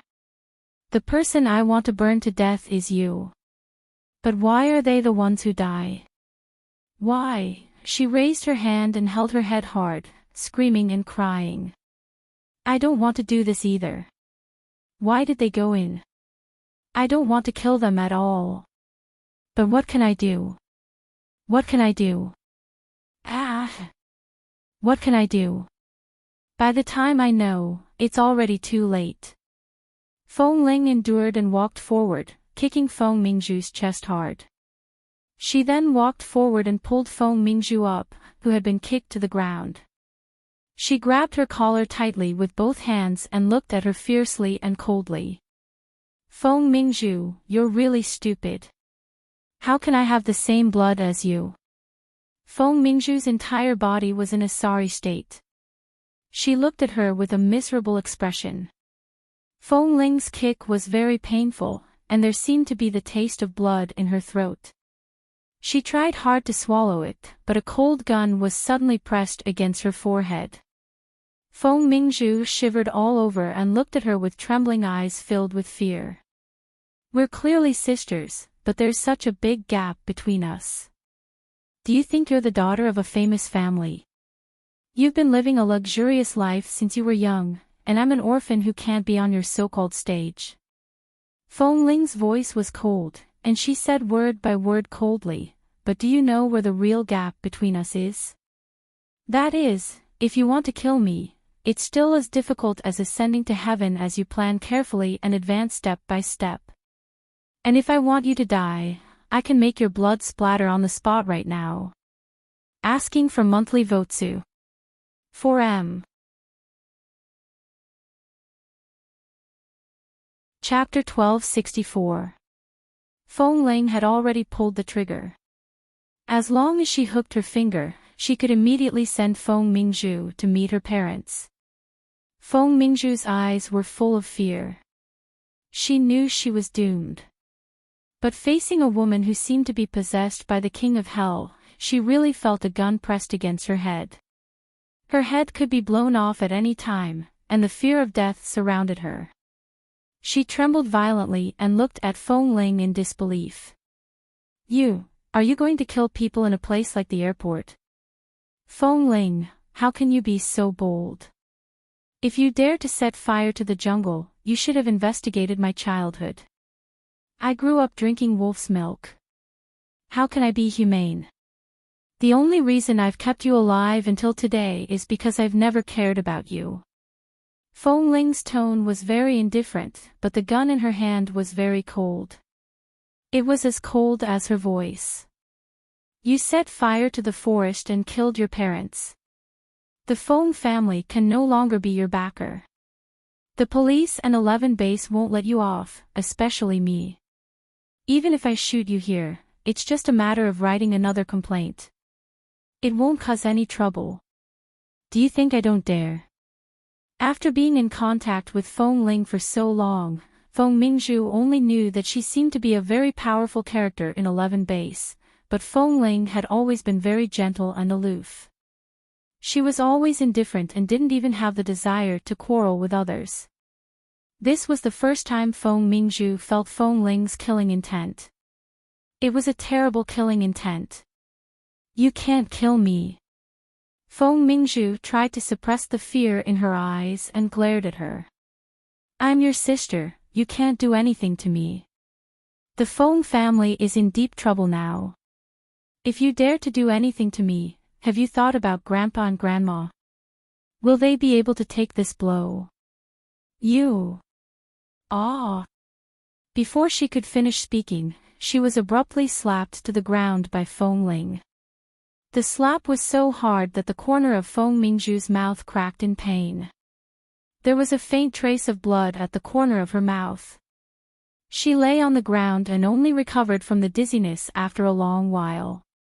She turned her eyes in disbelief and looked at the gun in Feng Ling's hand. The muzzle was still aimed at her, but Feng Ling had already taken a step back and looked down at her expressionlessly. Looking at the black muzzle, Feng Mingzhu shuddered. I do want to kill you, but my parents, who were killed by you, have just found peace in the underworld. They don't seem to want to see you so soon. Feng Ling's voice was cold and indifferent. If I want to take revenge, I have countless ways to make you wish you were dead. Feng Mingzhu, don't stimulate the bloodthirsty and dark side hidden in my bones. Otherwise, I will bite off your flesh bit by bit, cut you into thousands of pieces, and throw you into the deep mountains and wild forests. I will even do things like that. Feng Mingzhu didn't expect that she could say such bloody and terrifying words. Her entire face was pale, and her eyes were filled with fear. Feng Ling narrowed her eyes coldly, the muzzle still aimed at her head, and sneered. Do you want me to remind you again? I grew up drinking wolf's milk. Feng Mingzhu trembled under her gaze. From the beginning to now, you're just a prey that can be torn apart at any time in front of me. I don't touch you because you're a member of the Feng family. Secondly, I never thought that a person could be so stupid that she could kill her own parents. If you were smart enough, it would be fine.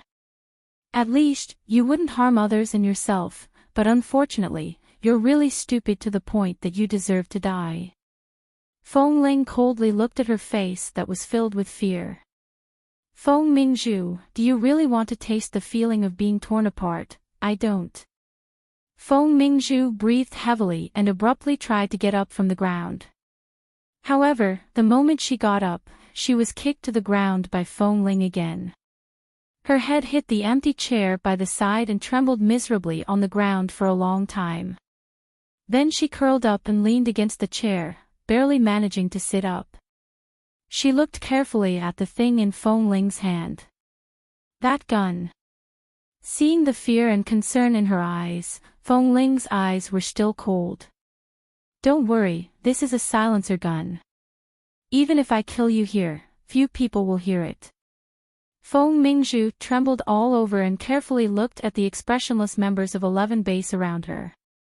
Obviously, if Feng Ling really wanted to kill someone, these people would definitely surround her, and she had no chance of breaking through the encirclement. She shrank her neck and leaned against the ground in a sorry state. Suddenly, there were two muffled sounds in the air. Before Feng Mingzhu could react, she saw two dazzling sparks coming out of the muzzle of the gun in Feng Ling's hand. She was so frightened that her heart was in her throat, and her whole body trembled violently. However, the two bullets that came out of the silencer only hit the seat behind her. The shooting was so accurate that it only hit the metal backrest behind the seat and did not damage the seat. The bullets hit the metal backrest and bounced back, directly hitting Feng Mingzhu's shoulder. It was so painful that even though her shoulder was not hit by the bullets, it still hurt. "How do you want to die?" Feng Ling's voice was indifferent, and her eyes were cold as she looked at her. She just stood there, looking down at her, and she had no intention of putting the silencer gun back. Feng Mingzhu's face was deathly pale.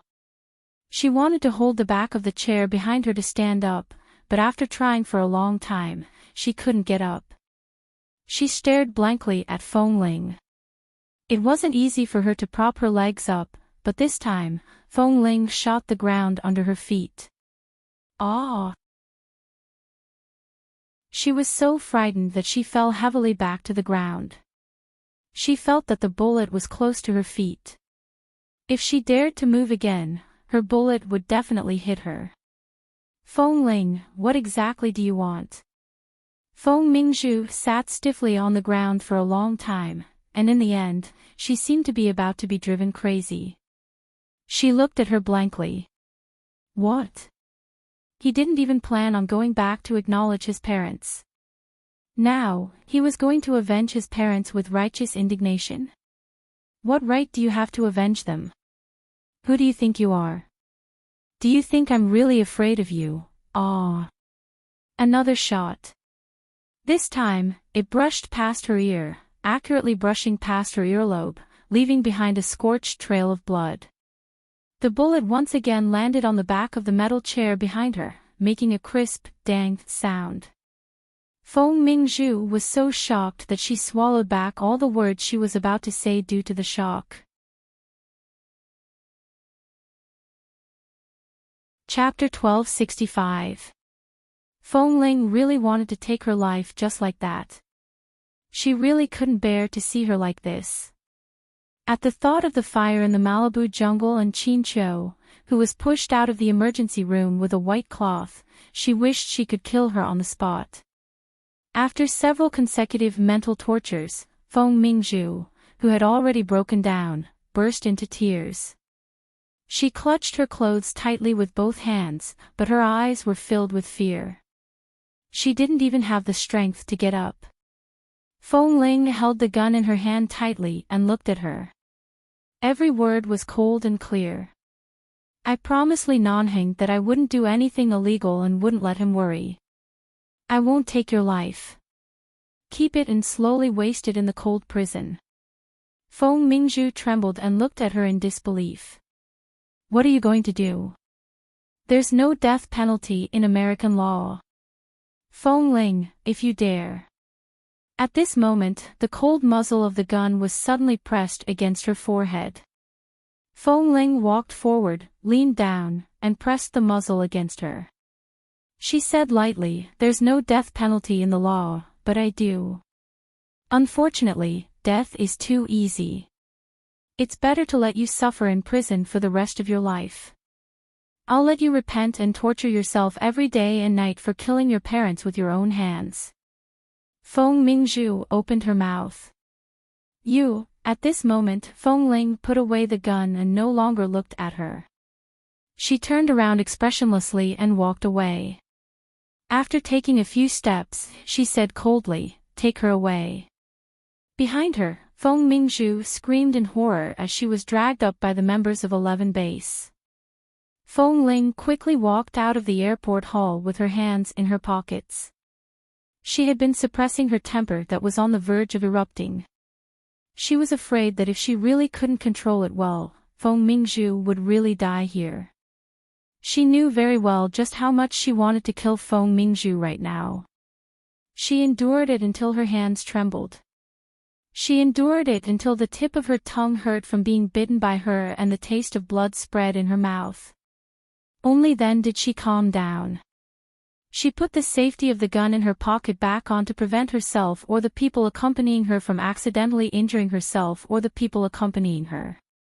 Feng Mingzhu was dragged into the car and kept screaming. Feng Ling did not look back. She only looked at the blue sky above the airport highway in the distance.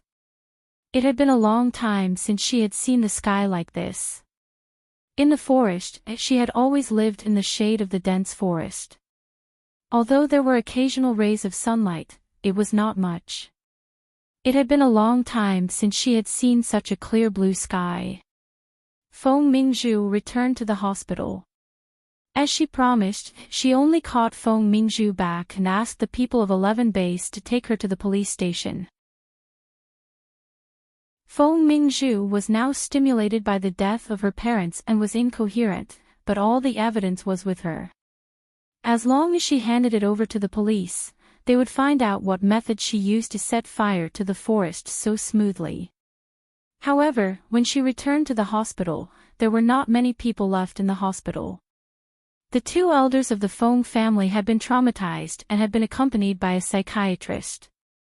Mr. Feng and Mrs. Feng were in the morgue.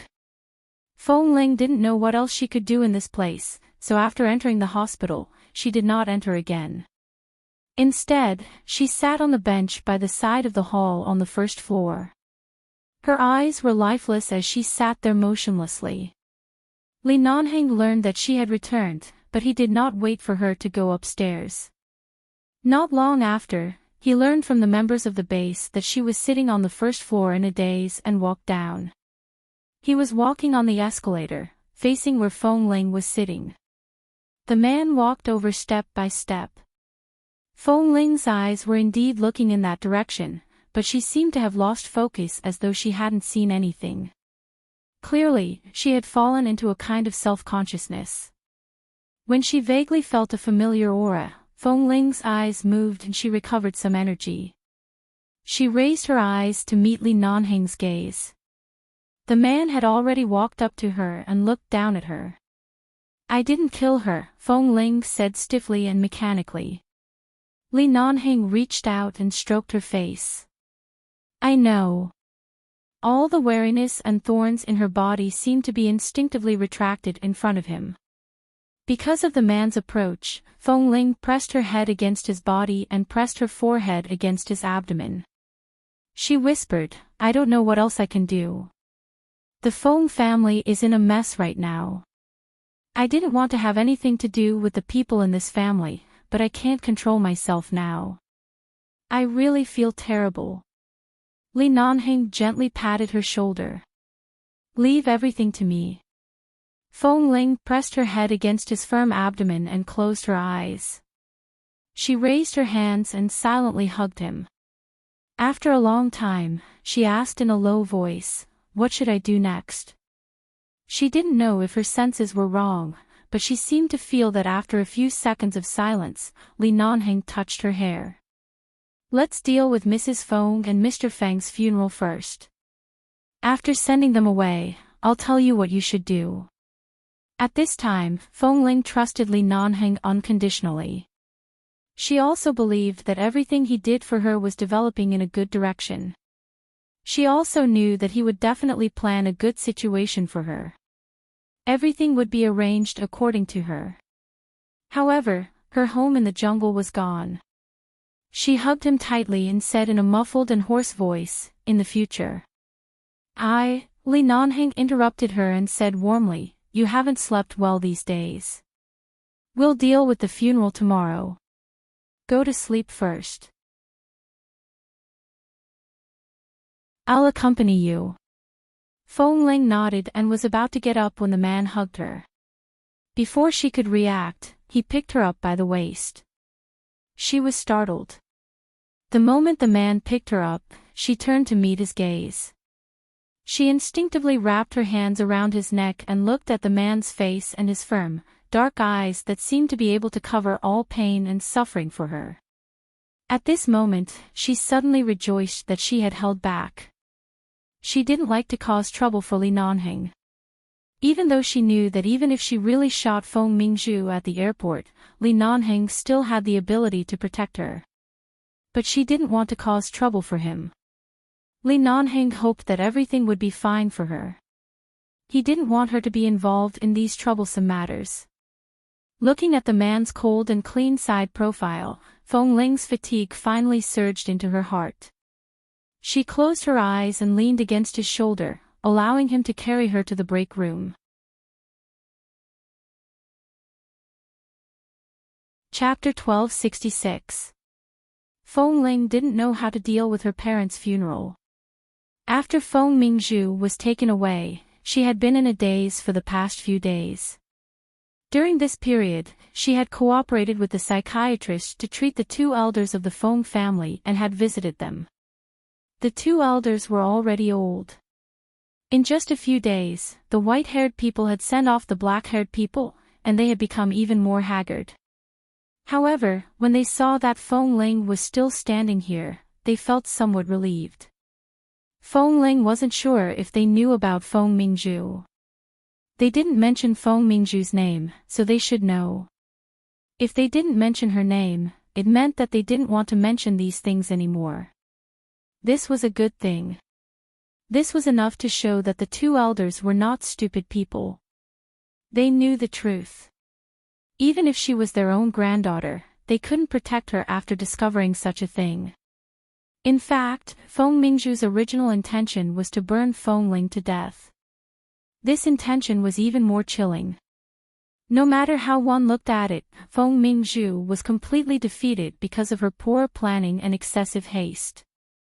She would never be able to come out again in her lifetime. When the matter with the Feng family came to an end, the member of the base who was in charge of dealing with the jungle returned and brought her a few photos of the scene. Feng Ling looked at the enlarged photos on the screen of her phone and saw that the jungle she had lived in since she was a child had completely turned into a charred ruin. The entire jungle with a radius of thousands of hectares was no longer recognizable. The members of the base took photos of the house and cave where she and Li Nanheng lived. As the house was near the cave, there weren't many trees around. The tall grass had long been cleared because they lived there. There was nothing flammable within a few hundred meters, so only the left corner of the cabin had been burned a little. The originally beautiful cabin had now been completely blackened. The clean, tidy, and lively little yard that she and Li Nanheng had personally built was now completely gone. Even though the house was still there and the outline of the house could still be seen clearly, it could no longer be lived in. The psychiatrist that Li Nanheng had arranged for the two elders of the Feng family accompanied them home. For the time being, he needed to observe them for a period of time. After all, these two elderly people were old and had seen a lot of things. Although it was really painful for the elderly to send off the young, they had recovered well. After a few days of psychological treatment and emotional control, as well as the quiet funeral arrangements, the two elderly people just wanted to go back and rest for a while. Li Nanheng was in charge of the matter. He did not let Feng Ling interfere. After everything was done, Feng Ling stood in front of the hospital door and watched as the two elders of the Feng family were helped into the car. Kay walked behind her. Are you really not going back to the Feng family with them? Feng Ling's family background was not spread in the base, but the people around her had basically learned about it after these days. If the Feng family needs help, I will do my best to help, but there is only 11 base behind me. If there is anything that can be called back, it is only 11 base, Feng Ling said softly as she watched the two old people's car leave. Kay nodded. That's good. You haven't come into contact with outsiders for so many years. In the beginning, we were worried.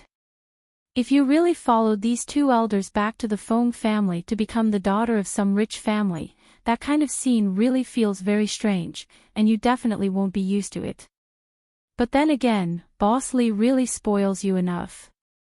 He has accompanied you outside for so long. Now you can finally return to the team, right? The group of newbies you trained back then is now quite good. You can go back at any time to continue training the newbies. Anyway, their drill master is temporarily sent by Han Jin. On the other side, Kay was chatting and laughing with Fong Ling, and Fong Ling also responded from time to time. Li Nanheng came back from outside and his gaze fell on Kay. Kay's expression faltered and he quickly took 2 steps back from Fong Ling's side. He then said with a smile, "Boss, I'm talking to Fong Ling. I'm afraid that she will go back to the Fong family with us because her heart aches for her grandparents. But I've already gotten the truth out of her. She has no intention of going back at all." "Boss, you've been waiting for a long time." Was he trying to trick her? Fong Ling didn't smile much, but hearing Kay's words, she smiled helplessly. "Boss knows better than me what I think. Do I need you to trick me? I've never wanted to leave you guys." All right, you are the most loyal to the base." Kay glanced at her. "I won't disturb you from showing your loyalty in front of boss. I'll leave first. When you return to the base, the brothers will give you and boss a good welcome." Fong Ling nodded. She couldn't go back to the jungle. She had planned to return to the base after winter, but now it was only a few months ahead of schedule, so it was fine. Li Nanheng did not speak, but Fong Ling instinctively felt that he had something to say. After Kay left, she looked up at him. "Boss." She had always been embarrassed to call him husband or something. Usually, she would just call him Nanheng. To her, the most intimate and familiar thing was to call him boss. Even in the past 6 months in the jungle, she often called him by his full name or boss. Except when he always forced her to call him husband in bed, Nanheng did not force her to change her way of addressing him. "Let's go." "Where to?" "Home." When Fong Ling heard these 2 words, the first thing that came to her mind was the cabin in the jungle that had been blackened to the point where no one could live in it anymore. She dispelled this unrealistic idea and thought of the Fong family. Neither seemed possible, so she didn't understand which home he was talking about. However, what happened recently made her used to listening to his arrangements. She didn't ask much and followed him. She opened the door and was about to sit in the car when she suddenly saw a document bag placed on the passenger seat. She glanced at it, picked it up, and asked him, "What is this?" "It's for you." Li Nanheng didn't look at the document bag in her hand and replied, "Get in the car and go home first. There's no hurry to read it." Fong Ling got into the car and looked at the document bag in her hand. She didn't see any words on it. He said he was not in a hurry to read it, so she didn't look at it and placed it in the box by the car door. Begging for monthly votes. Chapter 1267. Fong Ling didn't know what Li Nanheng was trying to tell her about going home. Recently, because of the Fong family's matter, Fong Ling wasn't mentally exhausted, but her mood was definitely affected. She didn't have the mood to consider many things. Right now, the only reason why she could return to normal was that she had been used to being alone since she was young. Her concept of family affection was very vague. The death of her parents was indeed very sad, but she didn't always put her unhappiness on the surface. A few days ago, when she went to talk to grandmother Fong, she heard that Qin Qiu had long known about her. However, because she could tell that Fong Ling liked freedom and didn't want to return to the Fong family, she respected her choice and didn't disturb her. What kind of gentlewoman was Qin Qiu? Fong Ling was deeply gratified and proud that she had such a mother. Even though they were separated forever, at least her heart was warm. Li Nanheng drove the car to a large supermarket in Los Angeles. Fong Ling didn't understand what he wanted to buy, so she got out of the car and walked in. In the end, the man bought a bunch of ingredients and hot pot seasonings. This scene was very similar to when he helped her cook hot pot at home. Was he planning to accompany her for a while before returning to the base? After all, although every day in the jungle was peaceful and happy, he really could not eat hot pot. Usually, he ate whatever was available. He had almost forgotten the taste of the food outside after a long time. He had gone out to buy something at the last minute that day, but in fact, the taste was very average near the beach. Seeing the seasonings and hot pot ingredients that the man had placed in the shopping cart, Feng Ling subconsciously swallowed and accompanied him to choose various ingredients and vegetables. The two of them walked in the supermarket for a long time and bought one thing after another in the car. At first, Feng Ling thought that Li Nanheng planned to stay in the home he mentioned for a while so that she could ease the regret of not being able to return to the jungle, so she wanted to buy more things. However, later, she found that Li Nanheng did not continue to put things in the shopping cart. Instead, he seemed to be delaying for a long time. He walked aimlessly in the supermarket, and time passed bit by bit. Feng Ling asked him if he had anything to buy, but he forgot. What did he want to buy? He then casually picked up a bottle of sesame paste from the supermarket shelf. I forgot, but I heard that hot pot with this kind of sesame paste is common in China. I can buy it and try it. All right. Feng Ling checked the things in the shopping cart. It's almost enough. I've already bought a lot. The man glanced at her and pushed the shopping cart to the cashier. In the end, they did buy a lot of things. There were 2 big bags full. Feng Ling was afraid that the bags would fall out because they were too heavy, so she specially bought 2 more shopping bags. She wanted to help carry them, but Li Nanheng had already picked up the bags and carried them out. She followed behind and watched the man's tall and straight back.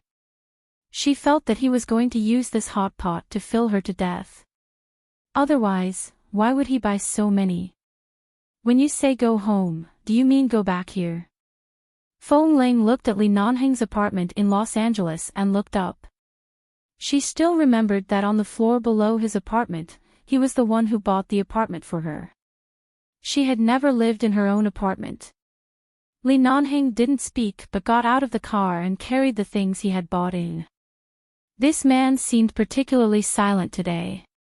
Feng Ling was about to get out of the car when she suddenly heard him remind her to take out the file in the car. Hearing this, Feng Ling picked up the file, got out of the car, and walked out. When she followed him into the apartment, she saw that the security guards outside were still the same too.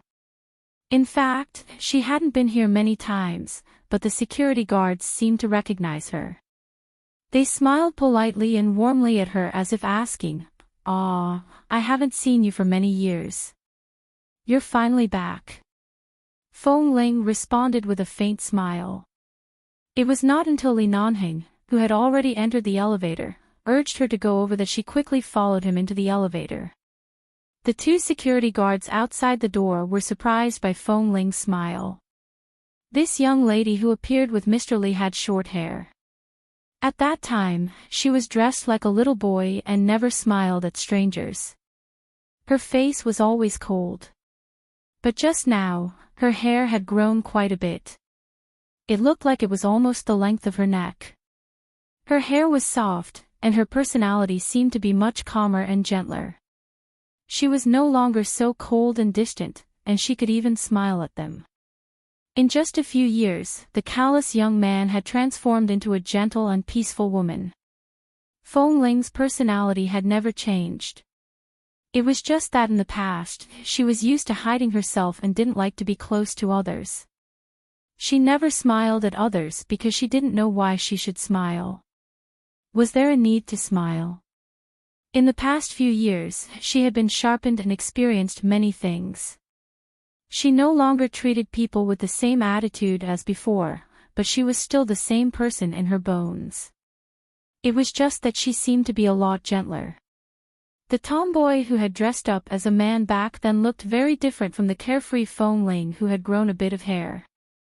As a result, when the security guard outside the door looked at her with a smile, his eyes seemed to be a little stunned. Feng Ling was thinking in the elevator. At the same time, she was considering if she should find time to trim her hair again. She hadn't cut it in the jungle. Now that it was so long, it seemed like it could be tied up. However, she might need some small clips to clip some stray hair by her ears. Before she could think about it, the elevator stopped. Li Nanheng did not speak and walked out. She quickly followed him with the document in her hand. When the door opened, she walked into the apartment she had lived in when she was recuperating. Looking at the clean interior and the clean indoor slippers in front of the door, she knew that although no one had lived in this apartment for a long time, the auntie must have taken time to clean it. Such cleanliness was indeed in line with Li Nanheng's usual obsession with cleanliness. If his own apartment was covered in dust, he probably wouldn't be able to accompany her to clean the house like he did in the jungle. Li Nanheng put the 2 shopping bags aside and turned back to see that Feng Ling was still standing at the door. His cold brows moved. What? Are you used to living in the wooden house and don't dare to enter the apartment outside? Haven't you been here before? Feng Ling was slightly embarrassed and quickly changed her shoes. As she did so, she said, I remember that the floor below is the apartment you bought for me. And, it's been renovated a long time ago, but you probably won't have a chance to live in it. Just leave it for now, the man said lightly and picked up the shopping bag to enter the kitchen.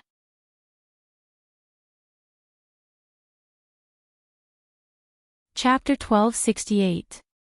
If she came here, she would stay with him. She definitely wouldn't have a chance to stay here. Feng Ling saw that he had entered the kitchen and followed him to take a look. She had just moved close to his back when the man pulled her into his arms. He lowered his head and stole a kiss on her lips.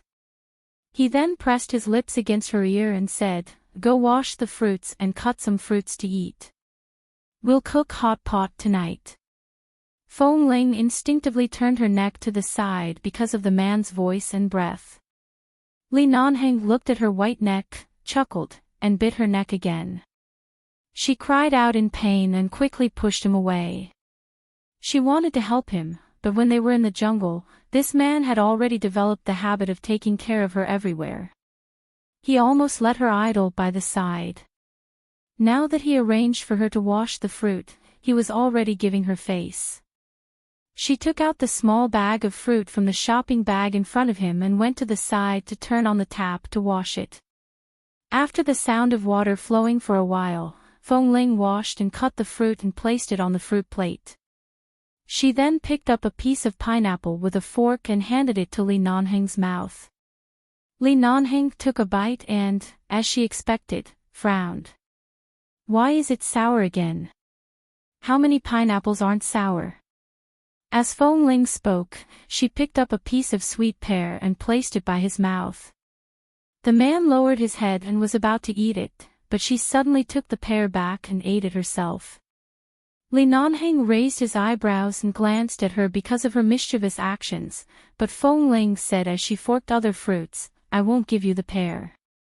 2 days ago, I heard Kay and the others say that pears are not suitable for sharing. Then, I'll give you grapes. After stuffing the grapes into the man's mouth, she returned to the living room with the fruit plate in satisfaction.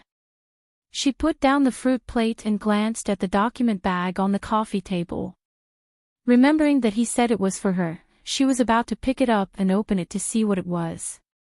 There are clothes you can wear in the closet in the bedroom. Go change into comfortable clothes. The man's voice came from the kitchen. Feng Ling's eyes shifted to the bedroom. She hadn't lived in his apartment for long. Why would there be clothes for her? She subconsciously walked into the bedroom and opened the door of the closet. Sure enough, there were a few women's clothes in her size.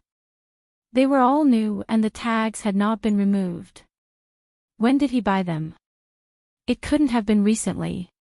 In other words, after she stayed here for a few days, Li Nanheng had specially bought a few new clothes to put here because of all the inconveniences.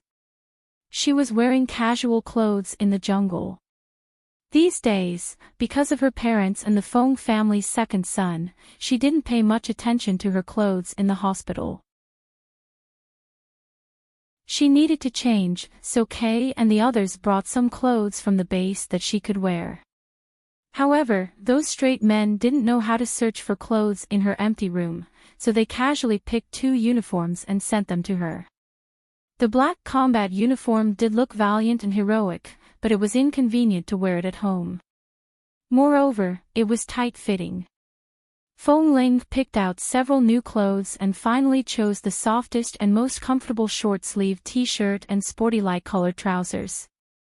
Because her long hair made the back of her neck itchy, she casually combed her hair back, but she never had anything to tie her hair with. A grown man like Li Nanheng definitely wouldn't have one. A few things she had bought in the supermarket appeared in front of her eyes.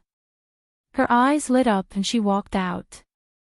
After going to the kitchen, she rummaged through the shopping bag by Li Nanheng's hand.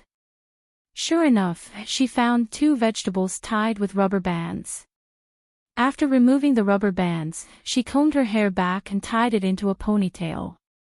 However, because it was not long enough, some strands of hair on both sides of her cheeks fell forward and covered her cheeks. Li Nanheng watched her movements and then looked at her hair for a long time. Feng Ling put away the bundle of vegetables she had just untied and took out other things from the shopping bag to help him pack up. She subconsciously looked up at him. "What are you looking at?" The little woman's hair was half tied behind her head. Because there was hair on both sides of her cheeks, when she raised her head, she shook her head slightly. Her eyes were clear and clean. Li Nanheng's heart softened. He habitually raised his hand to rub her hair, but when he saw the little tail she had tied up, he subconsciously retracted his hand. In the end, his fingers landed on her cheek and helped her tuck the strand of hair behind her ear. Feng Ling blinked and looked at him. "My hair is long. It's inconvenient to do anything. Can I cut it tomorrow?" She did not say that she was going to cut it but asked for his opinion. After all, she had heard that men usually liked women with long hair. Although she was not used to it, after being in the jungle for so long, her hair had grown to her neck. No matter how unaccustomed she was, she had gradually gotten used to it. She just felt it was inconvenient occasionally. "Do whatever you feel comfortable doing. In my eyes, even if you shave your hair like mine, you'll still look good." The man smiled. Feng Ling was coaxed by his words and a smile appeared on her face. "There are so many ingredients. How long will it take for you to clean up? You didn't eat much at noon. Don't eat too late at night. I'll clean up with you." The man did not stop her. He glanced at her and curved his lips. "You're becoming more and more like a virtuous little wife. I'm letting you enjoy more. Now that you're back, you should be more comfortable." "I'm quite comfortable." People can only see many things after experiencing some things, but I'm glad that I've seen through them before I experienced them, Feng Ling said as she picked the vegetables. "I've thought about the Feng family.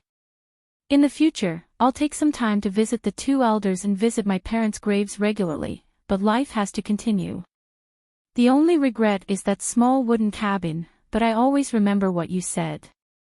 As long as you're there, it's home, so I actually like to do things with you. This way, there's the feeling of 2 people living together. I feel very satisfied."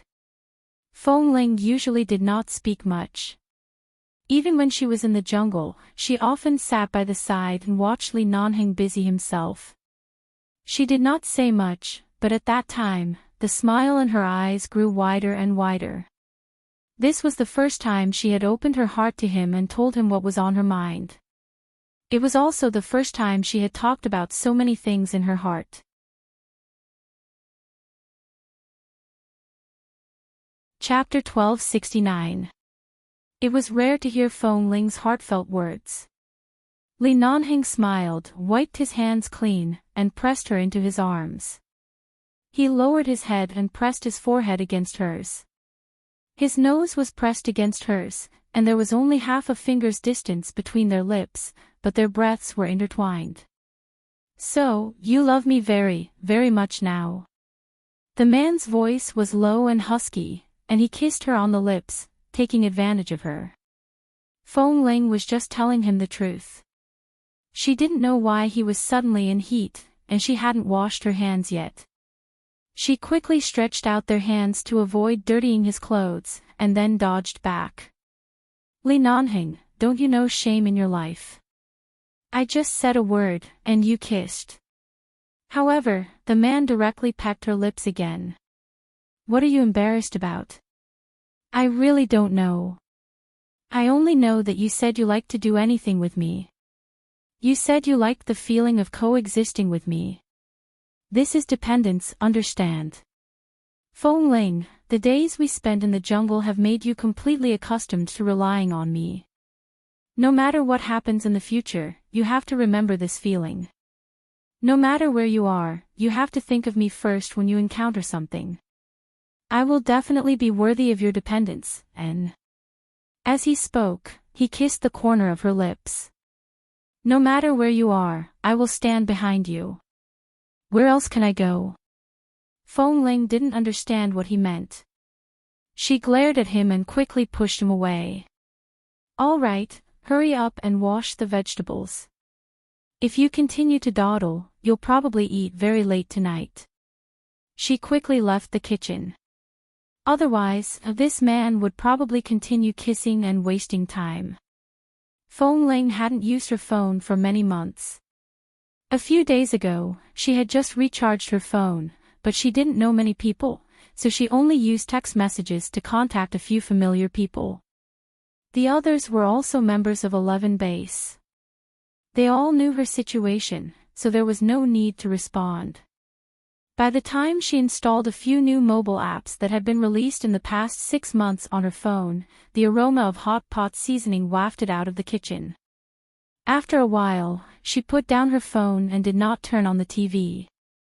The days she used to live in the jungle were even quieter than this, but she didn't feel bored at all. She really liked to watch Li Nanheng by the side, just like how Li Nanheng always liked to watch her in the past. Liking someone and loving someone was like this. There was no need to do anything special. As long as he was by your side and you could look at him closely, it was the greatest satisfaction. She ran to the kitchen door and watched Li Nanheng busy helping her prepare the ingredients for the hot pot. She leaned against the door and watched him. Feeling her gaze, Li Nanheng looked back at her. Their eyes met. Even though the kitchen was filled with the smell of the hot pot and steam was rising from the pot, he could see the great satisfaction in Feng Ling's eyes. In fact, Feng Ling was not as cold and unapproachable as she had appeared for many years. She was actually a very simple person. She was so simple that there was no need to specially coax her. She was easily satisfied. Go get the bowls and chopsticks. I'll bring the hot pot out. It'll be ready soon. Li Nanheng gave her a look. All right. Feng Ling cooperatively rushed in to get the cutlery. She quickly walked in and out, placing the cutlery on the dining table one by one. The dinner was very satisfying. This was the first time she had sat at home and eaten so quietly since leaving the jungle. Furthermore, it was the kind of leisurely way where she could take a shower and sleep after eating. Feng Ling was the one eating most of the time. Li Nanheng kept helping her cook the food she liked. After he was done, he put it into the bowl in front of her. Li Nanheng was a man who didn't care about trifles. Furthermore, he exercised a lot and had a good figure. Under normal circumstances, he would eat more than her, and when he ate with her, he would eat a lot. However, today, with the steaming hot pot in front of him, he didn't seem to eat much. Most of the time, he helped her cook all kinds of food. He only occasionally picked up a few chopsticks. Aren't you hungry? Feng Ling asked. She remembered that he hadn't eaten or slept well recently, and he hadn't eaten much today. I'll watch you eat first. I'm not in a hurry. The man continued to help her cook the meat and put it into the bowl in front of her. At this moment, the man's phone rang. After looking at the caller ID, he signaled for her to eat first and got up to answer the phone. Fong Ling ate the meat in her bowl and turned to look at the man who had walked to the window to answer the phone. From the content of the conversation, it seemed to be about the internal affairs of 11 Base. After listening for a while, she dipped a few pieces of meat and put them into Li Nanheng's bowl. Sure enough, after the man hung up the phone and returned, he saw the meat piled up like a small mountain in the bowl and glanced at her. What? Are you afraid I'll starve? You're treating me like a pig now. I have to do the same. Fong Ling blinked at him. Li Nanheng smiled. In the evening, after dinner, although the hot pot had been removed, every corner of the apartment seemed to be filled with the smell of hot pot. Fong Ling went to take a shower and saw that Li Nanheng, who had already taken a shower, was wearing a dark blue bathrobe and was lying casually on the bed in the bedroom. He was holding a remote control in his hand and watching TV. However, he kept changing the channel and there seemed to be nothing to watch. The curved screen TV hanging on the bedroom wall kept changing the programs of various channels, and the languages of various countries frequently changed. Fong Ling did not dry her hair. Her body was warm, but her hair was a little cold. She lifted the quilt at the end of the bed and crawled in. Then she crawled out of the quilt and approached the man. She was about to speak when from the corner of her eye, she saw that the file she had placed on the coffee table was placed on the bedside table. She hadn't had the time to look at what was inside all day. She originally wanted to play with him, but she was immediately attracted. She reached out to take a look. What exactly is inside? However, before her hand could touch it, her waist was suddenly held by the man's hand. She was wrapped in a bath towel. When the man turned her over and pressed her down on the bed, he quickly untied her. A few days ago, she didn't even have the time or mood to be intimate in the hospital. Right now, the man seemed to be unable to hold back. He kissed her eagerly and his breathing was heavy. This was also the first night after leaving the jungle and returning to normal life. Fong Ling's heart warmed and she took the initiative to respond. The man groaned on her body and the kiss on her lips almost turned into a fierce bite. This night, it was not an exaggeration to say that they were entangled to death. In the end, Fong Ling lost her strength and fell asleep. However, she woke up before dawn because she had a nightmare and could not sleep. She quietly got up and saw the file on the bedside table. She reached out to take it and opened it. After flipping through page by page, she saw the words Fong Ling and expelled from the base. Her gaze paused and she abruptly turned to look at the man who had woken up.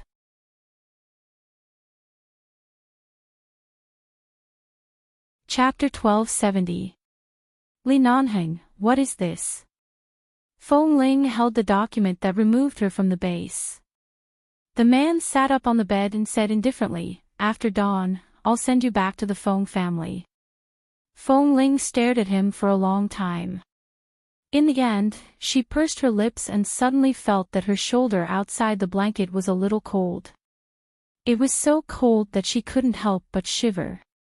Li Nanheng saw it and was about to help her pull the blanket up, but Fong Ling abruptly moved to the side and avoided his hand.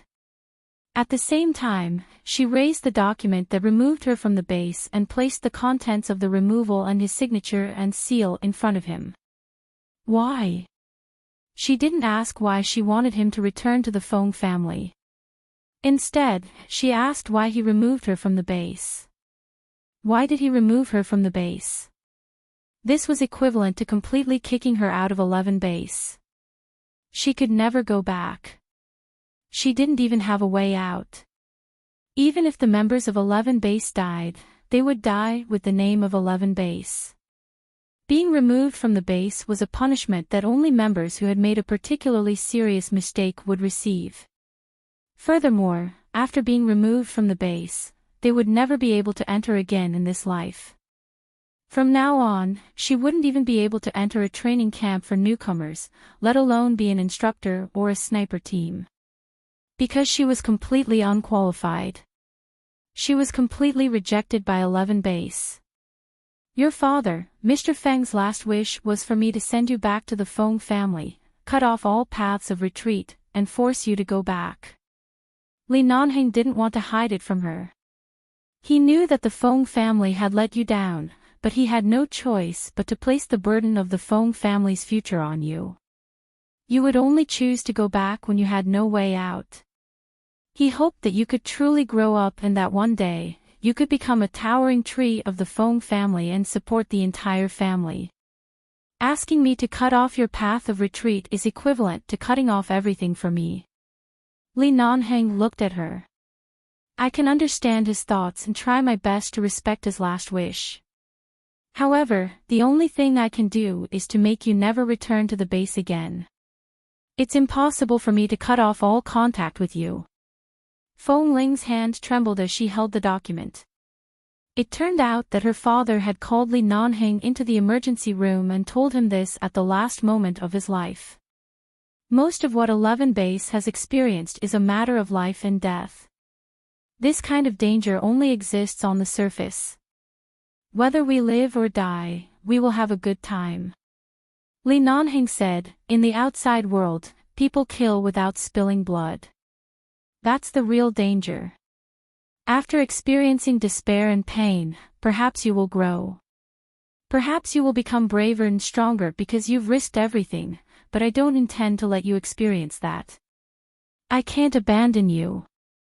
I'll accompany you to grow. Even if I'm not in the base in the future, I'll always stand by your side, and... As the man spoke, he raised his hand to pull her out of the quilt and hug her. However, Feng Ling's eyes were cold and she moved back an inch. Her voice was indifferent and emotionless. She only said, Li Nanheng, you said you would never push me away. I didn't push you away. Li Nanheng looked into her eyes. I will accompany you. I will change my identity and role. I will no longer be Boss Li, but just Li Nanheng. When Feng Ling heard this, she suddenly smiled and put down the document in her hand. Her bare shoulders outside the quilt felt cold. Do you know what 11 base is to me? I know. Then do you know what this document that removed me from 11 base represents? Feng Ling looked at him, and her eyes gradually became bloodshot. However, she still forced herself to suppress it and clenched the quilt tightly with her fingers. I know. I once told Feng Mingzhu that since I was a child, I had nothing. The only thing I had was 11 base behind me. But I didn't expect that one day, I would be removed from the base. It was no longer as simple as driving me away. Instead, I was removed from the base and cut off all the connections between me and 11 base. Li Nanheng, how can you do this? Li Nanheng's voice was very, very light, as if the wind would blow it away at any time. But I didn't expect that one day, I would be removed from the base. Feng Ling, listen to me. The business world is not like the battlefield.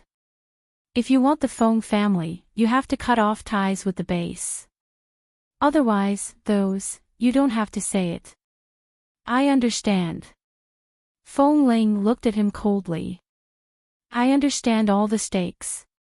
As long as I'm no longer a member of 11 base, the grudges between me and the terrorists I've fought with will disappear.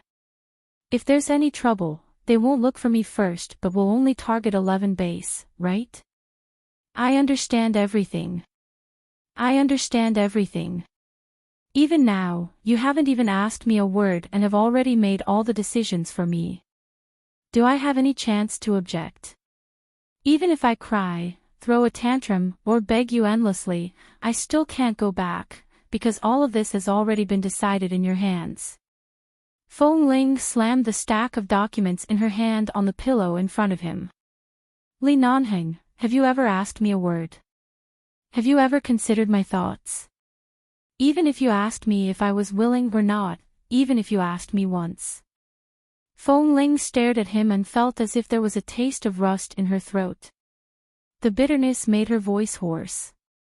Li Nanheng, what right do you have to make decisions for me? I was an outstanding member of the team in the base. I, Feng Ling, was the best sniper in 11 base. I trained a group of outstanding and qualified newcomers. My everything is there. You, Li Nanheng, what right do you have to drive me away? Feng Ling gritted her teeth and said the last few words. When the man was about to silently hold her in his arms, Feng Ling suddenly shouted angrily, "Don't touch me. Feng Ling, don't call my name, and don't touch me." Feng Ling tried her best to calm her breathing and then slowly got up from the bed. Even though she was naked, she didn't seem to notice. She opened the cabinet and took out a set of clothes. Her movements were somewhat mechanical as she put them on in front of him. Feng Ling, calm down. Don't lose your temper. Although I made arrangements for you, I did it for you, you don't have to say anything. I'm very calm. Feng Ling glanced at him for the last time. You want me to go back to the Feng family, right? All right, I'll do as you wish. Li Nanheng's eyelids twitched. He had thought of Feng Ling's reaction. She would be angry. She might even be so angry that she would hit him, scold him, and question him hysterically. He didn't expect her to be so calm. She was so calm that Li Nanheng, who had already arranged everything for her and wanted to help her pave a way out, panicked for no reason.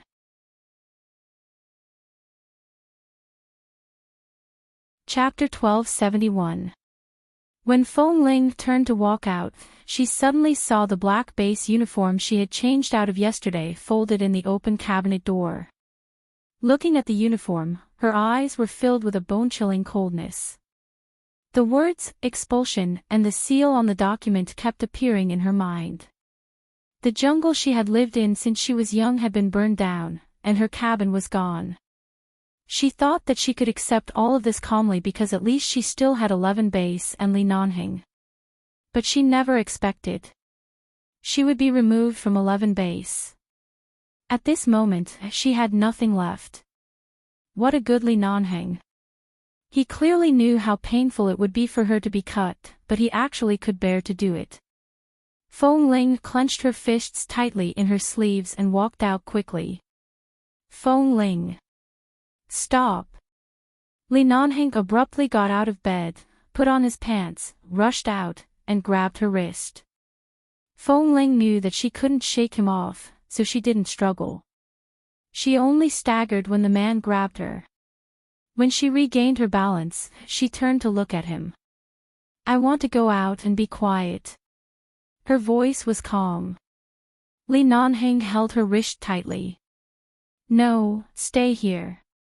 When you've thought it through, I'll send you back to the Feng family. Li Nanheng, I've tried my best not to yell at you. Let me go out and be quiet. Don't force me. Feng Ling's eyes gradually turned red. I'd rather you yell at me than hold it in like this. Before you really think it through, you can't leave my sight. What right do you have to restrict me? I'm no longer a member of your base. I have my freedom. Feng Ling couldn't help but raise her voice. Let go. Because I'm your man. I'm your future husband. Li Nanheng did not hesitate at all. He had no intention of letting go. At this moment, Feng Ling suddenly smiled. What did you just say? You cut off my path of retreat, but you can't bear to cut off everything about me. You can't do it, you can't bear to, can you? Little by little, Feng Ling looked into his eyes and slowly pulled her hand away from his wrist. When she finally pulled her hand out, she took a step back and rejected all his touch. She said coldly, all right, I'll do it for you. I'll cut it for you. What do you mean? Li Nanheng's eyelids twitched. Li Nanheng, let's break up. Feng Ling's voice was soft but clear. Take back what you said. I'll pretend I never heard it. There's no need to take it back. Feng Ling looked at him coldly. Do you want to cut off my retreat? All right, I'll do it myself. Feng Ling. Li Nanheng. From now on, I have nothing to do with you. If you dare to follow me and pester me again, I will call the police. I am no longer a member of 11 Base. I enjoy the legal rights of an ordinary American citizen. I'll call the police. I will do my best to cut off everything with you. With that, she turned around, pushed open the door, and strode out, leaving the fierce-looking man behind, and entered the elevator without looking back. She walked out of the apartment with anger. When she passed by a flower bed, the various external and internal injuries she had suffered from many years ago suddenly exploded in her heart. The wounds on her shoulders, back, and body that had long healed without any scars were screaming in pain. Inch by inch, she felt that something was really cutting her heart. She was in so much pain that her entire body was trembling. Suddenly, she felt a fishy taste in her throat. She stumbled and fell to the side of the flower bed, spitting out a mouthful of blood. She watched helplessly as a large mouthful of blood spurted out. She stood there stiffly for a long time, staring at the blood. Then, she took a deep breath, got up, and continued to walk out. When she was about to walk out of the apartment, the two security guards saw the blood on the corner of her mouth and chin and hurriedly came out to ask her what was wrong, but Feng Ling walked out blankly as if she didn't hear them. Until the roadside, she didn't even look at the alternating traffic lights. She just crossed the road as if she couldn't see all the cars passing by quickly. Several cars were forced to stop by her ghost-like figure on the road. They were so angry that they stopped their cars and kept honking at her. Someone even stuck out his head and scolded her if she was crazy. Hearing this, Feng Ling turned her eyes and looked coldly at the person who was scolding her. As soon as the people in the car saw the blood on the corner of her mouth and the cold eyes that seemed to be able to freeze people's hearts, they subconsciously closed their mouths, cursed her in a low voice, and quickly drove the car behind her. A few minutes later, the security guard saw Li Nanheng walking out quickly. He hurried forward and asked, "Mr. Li, did something happen?" Li Nanheng had just passed by the flower bed and ignored the security guard's words. His eyes were searching outside, but in the next moment, he suddenly heard the security guard say, "We just saw the lady who came back with you yesterday. Just now, she seemed to be uncomfortable and vomited something." They didn't dare to say that they saw her vomit blood. After all, it sounded scary. How could a person suddenly vomit such a big mouthful of blood? It was not a martial arts drama. Li Nanheng's eyes paused because of the security guard's words and he turned to look at the flower bed. He only saw a dark dried blood stain on the edge of the flower bed. Blood.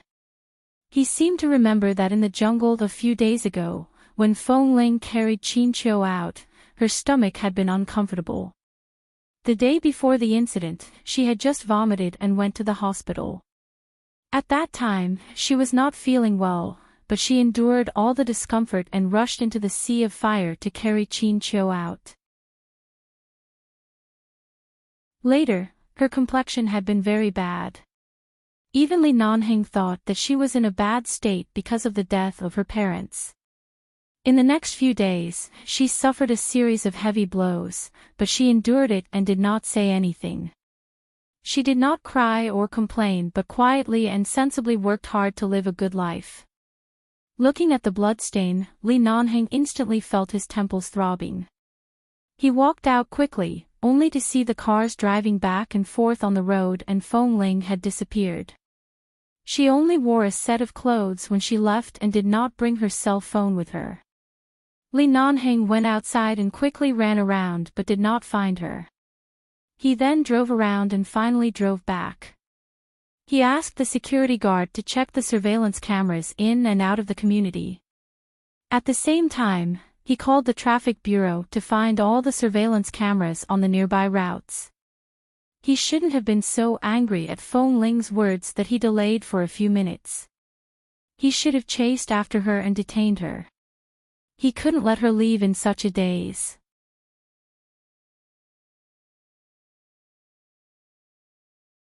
Chapter 1272. Li Nanheng's hand was on the steering wheel. The car circled around within a radius of more than 10 miles, looking for her. As long as he could find her, he would search for any place where there could be people. After searching for several hours, he still couldn't find Fong Ling. At that time, she clearly couldn't have gone too far. She didn't bring anything with her, nor could she have left by car. He had watched the videos submitted by the security guards of the community and the traffic bureau one by one. He could only see Fong Ling walking out of the community alone and crossing the road like a ghost several times in a row. Li Nanheng's brows twitched violently. She had never felt any kinship since she was young. Although the sudden death of her parents was a huge blow to her, it wasn't as big as being removed from 11 base. At the very least, when her parents passed away, Fong Ling could still maintain her sobriety and rationality. However, being removed from 11 base had clearly destroyed her last bit of rationality. In the surveillance footage, Fong Ling had been walking on foot. Combined with all the surveillance footage, it could be seen that she had walked to a lake park 6 to 7 kilometers away before disappearing. She must have entered the park. This was a park used to enjoy the flowers, the lake, and the fitness. There were exits on all sides and surveillance cameras, but the surveillance camera at the back suddenly broke down this week. Fong Ling disappeared after entering the park. Li Nanheng went to search around the park and guarded the exit for a long time, but he didn't see Fong Ling. If it was the Fong Ling from a few years ago, he believed that she wouldn't do anything stupid. She was strong-willed and would never allow her to give in to everything. However, what had happened recently, as well as Fong Ling's habit of learning how to rely on him and how to soften her temper and personality, all sorts of things piled up together. Recalling the pool of blood by the flower bed, Li Nanheng's expression was so dark that it could drip water. He slapped the steering wheel heavily and continued to drive to the north gate of the park. He knew that whether he forced her or coaxed her step by step to solve this matter tactfully, the result would be the same. Even if they had been intimate last night, even if she had taken the initiative to crawl under the blanket and lie on him yesterday. At this moment, she had disappeared without a trace. Li Nanheng found that he often couldn't find her. The reason was that she was different from others. Others would definitely bring a cell phone when they went out, but she often forgot to bring her cell phone. It was difficult to find her even if he wanted to find her. He wished he could tie such a woman to his side every day to prevent her from disappearing at any time.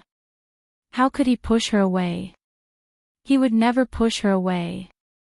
But Fong Ling did not accept it. After searching for a long time, he suddenly saw many cars stopping on the road ahead. Li Nanheng rolled down the window and heard someone shouting nearby that there was a car accident ahead. A young girl was hit by a car and was unconscious. Li Nanheng's eyelids twitched and he hurriedly drove the car over. When he rushed into the crowd, he squeezed through the crowd, only to see that the person lying on the ground was a woman with long hair and exquisite makeup who was wearing a fashionable skirt and carrying a delicate small bag. He heaved a sigh of relief. Seeing that someone had lifted the young woman who had fallen in a pool of blood in front of the car, Li Nanheng backed the car away. After withdrawing from the crowd, he looked at the bustling road that had begun to be blocked, parked the car by the side of the road, leaned back in the chair, and drove north. His mind was filled with the scene of Fong Ling saying ruthless words before she went out, but her eyes were clearly bloodshot. The car window rolled down. The man placed one hand on the steering wheel and the other hand took out a cigarette from the car's storage box. He smoked several cigarettes in a row, but he couldn't get rid of the frustration in his heart. When the road ahead was clear, he continued to drive the car. He walked back and forth on all the roads outside the north gate of the park countless times. From dawn to dusk, the car drove away and back countless times. It was as if Fong Ling was born with the knowledge of how to avoid the crowd. Or perhaps it was some of the habits of growing up in a wolf's cave that made her used to choosing a path where no one could see her when she was in a bad mood. Thus, from morning to night, no one had found her, and no one had seen her along the way. For 3 whole days. Fong Ling disappeared for 3 whole days. In 3 days, Li Nanheng shuttled through the streets and alleys of Los Angeles alone.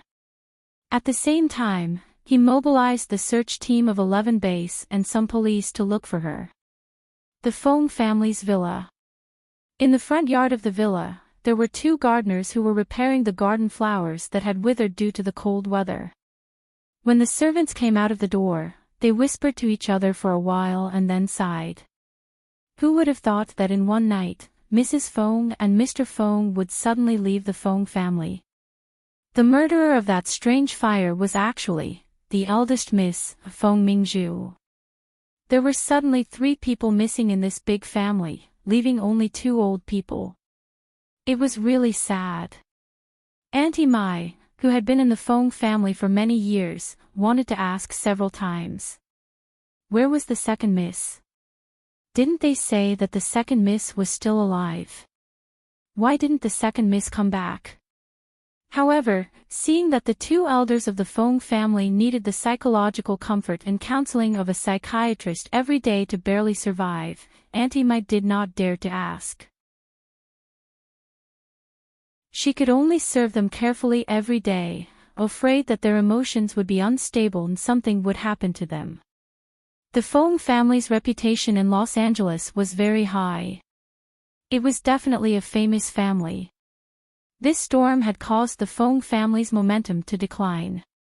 After all, the foundation of the Fong Corporation could not be guarded by 2 old people. The pillar of the Fong family had died in that fire, and the entire family seemed to have fallen into a vicious cycle. The 2 of them were already so old, and no one had any hope for the Fong family. Even though a skinny camel was still bigger than a horse, the era of the Fong family in the Chinese world of Los Angeles seemed to be coming to an end. Today, the psychiatrist came to visit the 2 elders on time. He had just finished talking to them and left when Auntie Mai came out to send him off.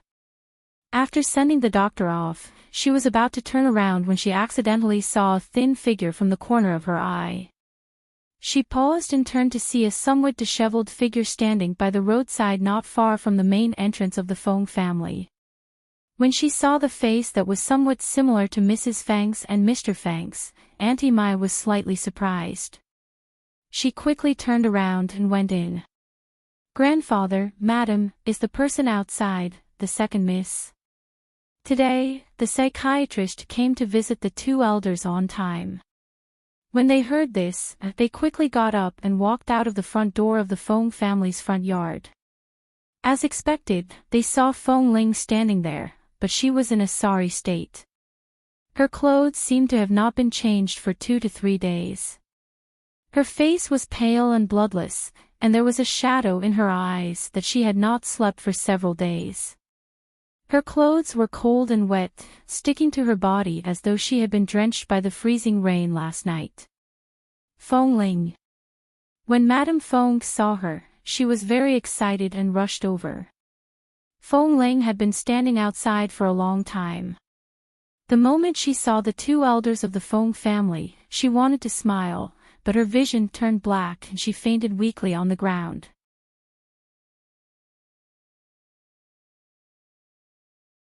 Chapter 1273. Old Madame Fong cried out in shock as she watched her granddaughter, who had appeared in front of the Fong family, suddenly fall to the ground. She was old and her legs were not nimble. As she ran, she called out, "Quick, help her up." Grandfather Fong walked over quickly and saw Fong Ling being carefully helped up by the servants and gardeners. He frowned. "What's wrong with this child?" She didn't look so thin in the hospital a few days ago. How did she become so thin in just a few days? Hurry up and help her in. Call a doctor over. Old Madame Fong stepped forward and touched Fong Ling's cold face. Her heart ached and she couldn't help but say excitedly, "My little granddaughter is actually home." "Child, my little granddaughter." When the servants heard this, they didn't dare to delay. They quickly picked up Fong Ling, who was so thin that she didn't weigh much, and brought her into the villa as quickly as possible. Auntie Mike personally helped the unconscious Fong Ling into the bathroom and helped her take a hot shower. She then helped her change into a clean set of clothes and quickly sent her to the bed. The two family doctors from the Fong family had already arrived. As soon as they entered, they quickly examined her.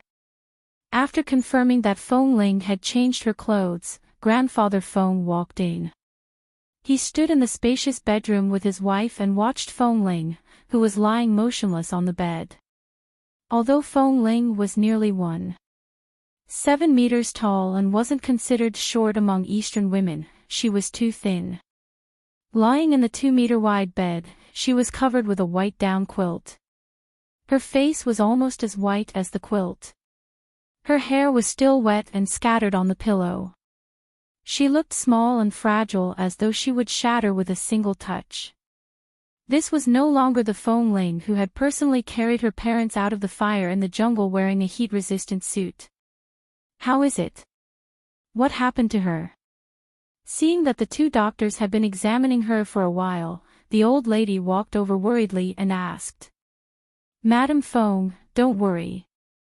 Don't be anxious. Her life isn't in danger. It's just that she hasn't eaten for days. In addition, her stomach has suffered from severe gastric bleeding in the past few days. Right now, she's only unconscious because her physical strength can't take it anymore. Don't worry." Stomach bleeding. The old lady stood by the bed and looked at Fong Ling's pale face with heartache. After returning to the Fong family, she faced this empty villa for several days. Finally, because of Fong Ling, she felt that this house was no longer so empty.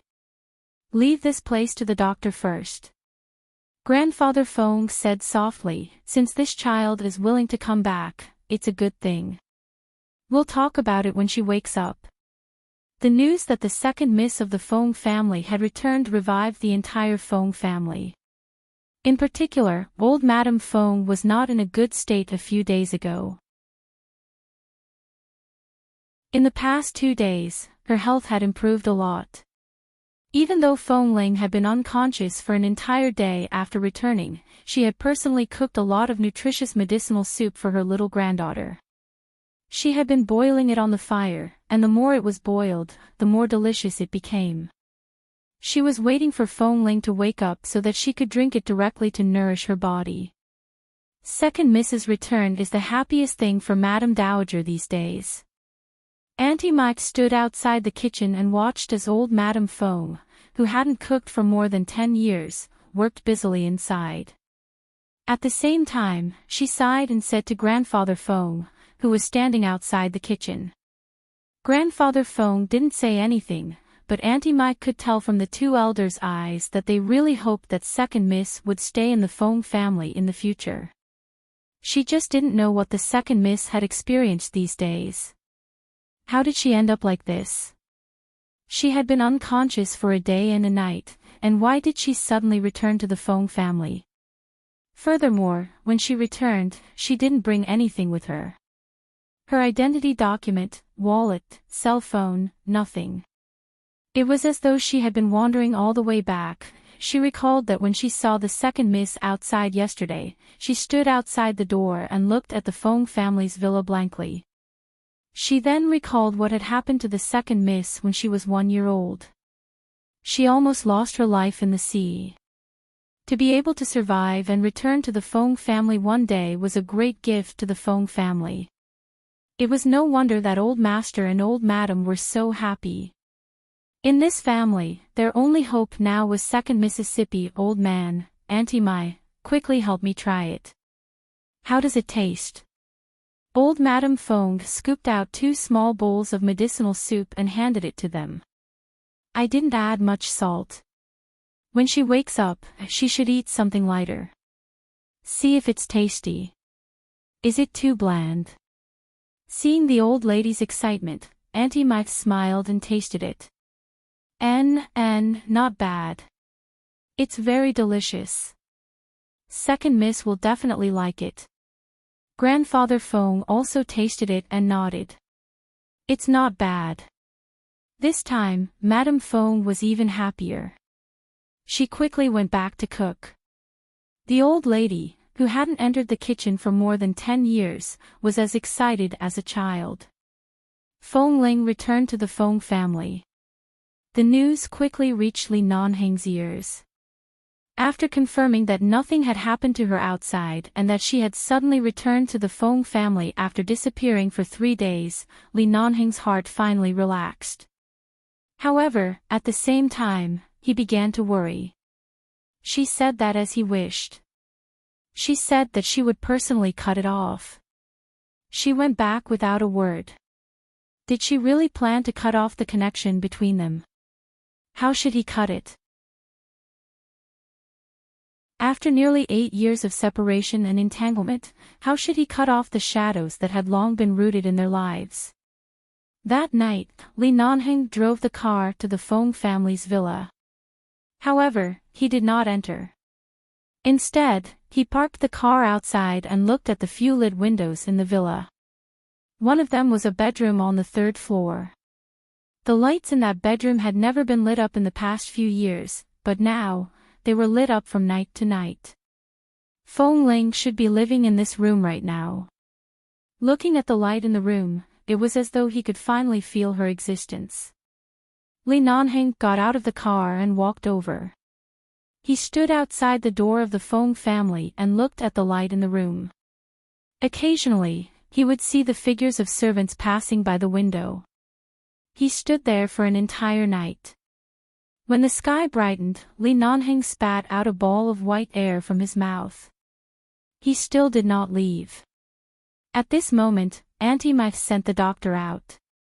Just as she walked out, she suddenly saw Li Nanheng, who had been standing outside for a long time. She was surprised. Mr. Li. Li Nanheng answered mildly, N. You are. Auntie Mai looked at him in disbelief.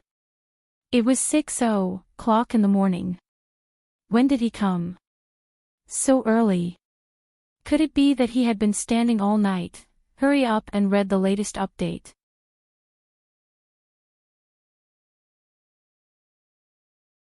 Chapter 1274. Is she okay? Li Nanheng ignored the confusion and surprise in Auntie Mai's eyes and asked. Auntie Mai had also heard about the 2nd Miss and 11 base. Furthermore, the 2nd Miss Cenotaph was related to Mr. Li in name. She immediately answered, Are you talking about the 2nd Miss? She's fine, but she hasn't woken up yet. Li Nanheng's brows suddenly twitched. What do you mean she hasn't woken up? What happened to her? The doctor stayed here all night and just left, Auntie Mai said truthfully. The 2nd Miss suddenly returned to the Fong family the day before yesterday. At that time, her clothes were all wet, and her face was frighteningly pale. We just found her, and she fainted on the spot. It's been 2 days, but the 2nd Miss hasn't woken up yet. Li Nanheng frowned and looked at the room where Fong Ling was staying. The doctor came to see her earlier and said that the 2nd Miss should have had a serious gastric hemorrhage in the past few days. After that, she starved outside for a few days and didn't eat anything. In the past 2 days, there have been 2 freezing rains. She must have been in the freezing rain and caught a cold. Coupled with the problem with her stomach, she is extremely haggard. Yesterday, she was only unconscious. I thought she would wake up today, but last night, the 2nd Miss suddenly had a high fever and kept it above 39 degrees. We were so scared that we quickly called the doctor over. The doctor stayed here all night and didn't leave until the 2nd Miss's fever subsided. Thinking of the pool of blood by the flower bed that day, Li Nanhing's heart felt as though it had been pierced by countless thorns. How many days had her stomach hurt, but she refused to say a word. He wanted to go in to see her, but this was the Feng family, especially since he had personally rushed back to the Feng family from the base. No matter what the consequences were, he should bear it himself.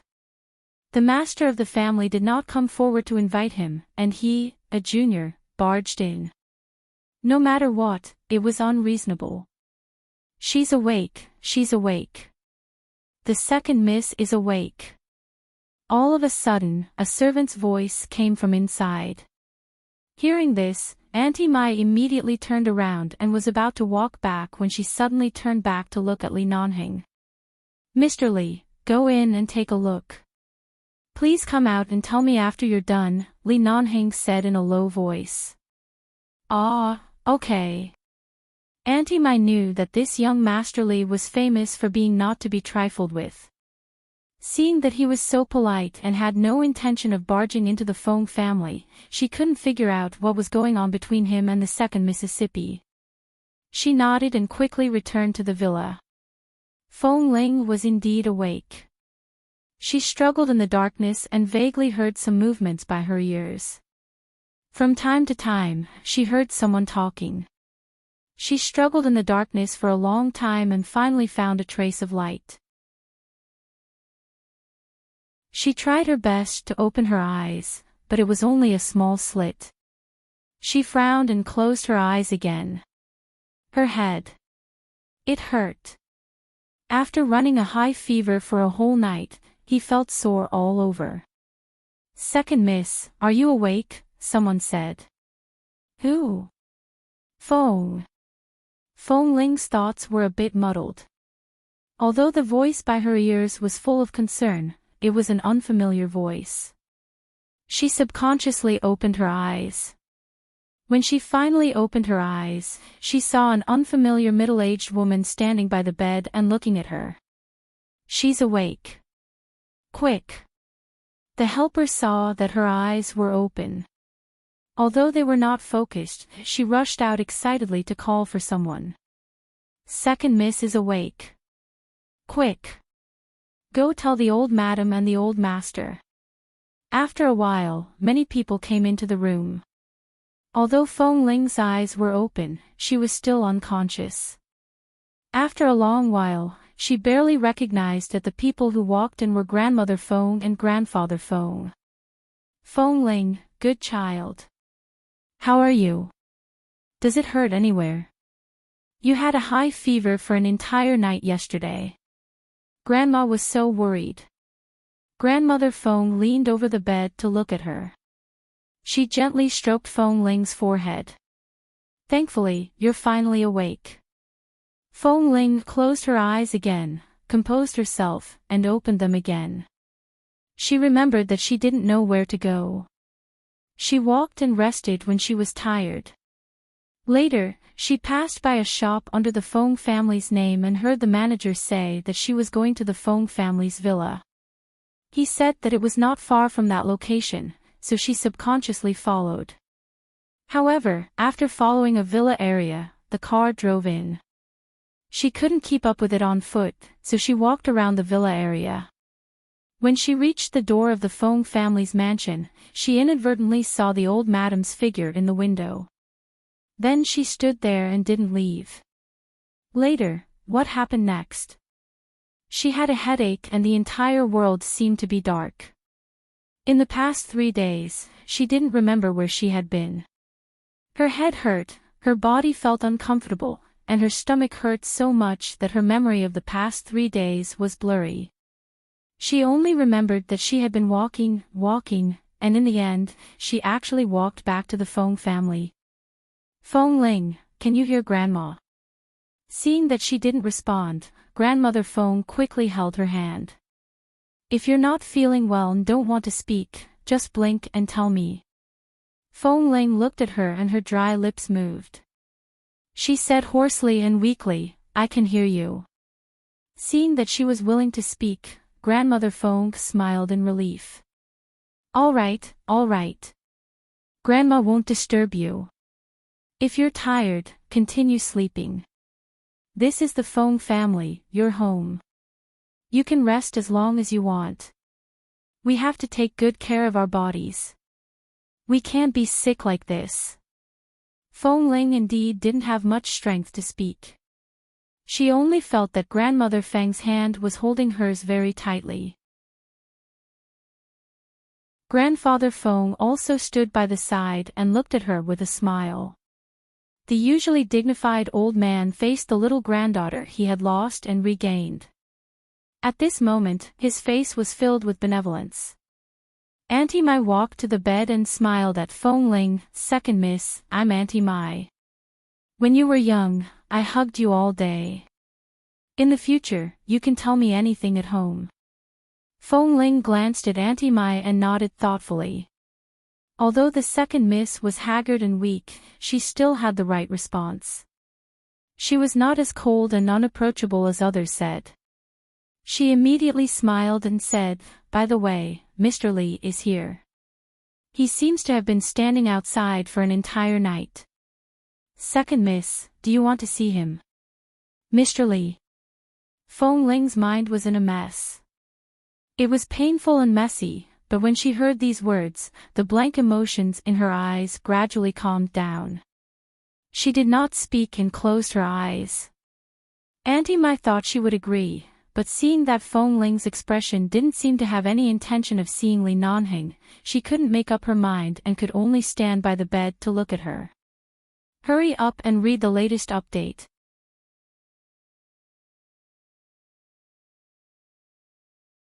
Chapter 1275. After hearing Mr. Li's words, Grandfather Fong said, "Nanheng is here." "Yes, I saw Mr. Li outside, but he didn't come in." Auntie Mai nodded. In Grandfather Feng's impression, Li Nanheng was really good to Fong Ling. A few days ago, although he was not in the mood in the hospital, he had coincidentally met him a few times. It could be seen that Li Nanheng really cared about Fong Ling. But why did Fong Ling suddenly come back alone and cause him such a mess? When Li Nanheng arrived at the Fong family, he did not enter. Fong Ling heard that he had come, but she did not speak or let him in. Grandfather Fong temporarily defined their situation as a quarrel, but after the quarrel, the Fong family still knew to return to the Fong family. This was a great relief to them. "Child, if you're still tired, take care of your body. If you want to see him, we'll let Nanheng in, but if you don't want to see him for the time being, it's fine," Elder Fong said. "No," Fong Ling said. Although her voice was hoarse, she could hear her determination. Her tone startled Madame Fong, who had been holding her hand. She looked at her closed eyes and asked warmly, "Did you quarrel with Nanheng?" Fong Ling did not answer. It was as though hearing Li Nanheng's name had caused her to lose all her patience. She furrowed her brows and was about to withdraw her hand when the old madam held it tightly. All right, Grandma won't ask any more. Don't be angry." Seeing her emotional conflict with Li Nanheng, Madame Fong quickly continued to hold her hand. At the same time, she turned to Auntie Mai and said, "Then go tell him. Don't let him wait outside." "All right." Auntie Mai responded and looked at Fong Ling. Seeing that she really had no intention of seeing Li Nanheng, she could only turn and walk out. When she arrived outside, she saw that Li Nanheng was still standing there. There were no extra cigarette butts by his feet. He seemed to have been standing outside quietly for a long time. "Mr. Li," Auntie Mai walked out and said softly, "I'm very sorry. Although second miss is awake, she doesn't seem to be in a good state of mind. She sleeps and wakes up. It might not be convenient for her to see you." These words were too tactful. In fact, Fong Ling didn't want to see him, didn't intend to see him, and didn't want to see him. He knew her temper very well, but Li Nanheng didn't expect that the expulsion document would make her so angry. "It's okay. Let her rest more," Li Nanheng said indifferently. After a pause, he said in a low voice, take good care of her. Mr. Lee, don't worry. The second miss is the treasure we lost and found. And you know, in this big Fong family, she is the only one worth remembering. We will definitely take good care of her. The Fong family will give her the best and won't let the second miss suffer the slightest grievance. As Auntie Mai spoke, she sighed with emotion. Her eyes were a little red. It's really not easy. Second miss is still alive. She's alive at home now. Li Nanheng didn't say much but glanced at the window of Fong Ling's room. Mr. Li, I'll go in first. The weather has been cold recently, and it often rains. Don't stand outside. Don't catch a cold, Auntie Mai said with concern. Auntie Mai said with concern. Seeing Li Nanheng nod indifferently, she quickly turned around and returned to the villa.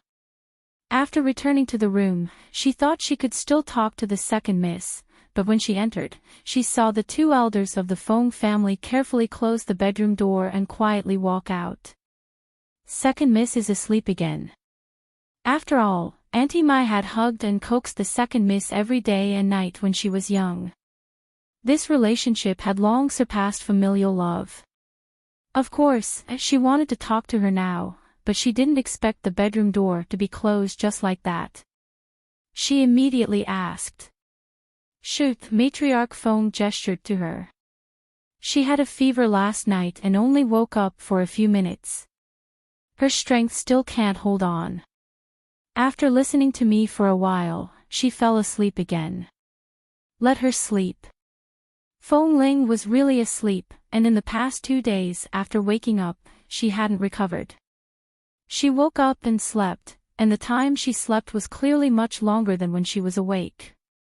In the past 2 days, the Fong family had really taken good care of her.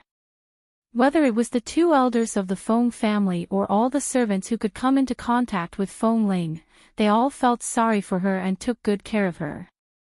Their tone was filled with, "Second miss, you're finally back." However, Fong Ling was in a daze. She couldn't respond to the concern of the people in the Fong family. At most, when the old lady came to talk to her, she would say a few words to her and then fall asleep in exhaustion. After sleeping like this for 2 days, she woke up again and felt much better. At the same time, she heard 2 servants whispering by the bed. He's still outside. That's right. Auntie Mai and I went out to buy something earlier. When we came back, we saw that the car was still there. The 2 of them haven't driven it away. Didn't our madam call him in for dinner? But he didn't come in. He just waited outside. Could it be that he's really waiting for our second miss? What a coincidence. Second Miss Cenotaph is married to the Lee family, and Mr. Lee is deeply in love with our second Mississippi. Second Miss doesn't say she wants to see him, but he's been waiting outside. There must be some story between the 2 of them. After hearing these words, Fong Ling just lay there quietly and did not speak. One of the servants saw that she had woken up and rushed over to ask her if she wanted to drink or eat. Fong Ling only blinked and remained silent. This time, after she woke up, she did not fall asleep again. Even if she closed her eyes, she still could not fall asleep. The 2 servants thought she had fallen asleep and patiently guarded her while continuing to chat quietly. They were mostly talking about Li Nanheng standing outside the Fong family for the past 2 days. After an unknown period of time, the servants suddenly got up to close the window. It's raining again. Every year at this season, there will always be a few freezing rains. It's really cold, the servant was closing the window.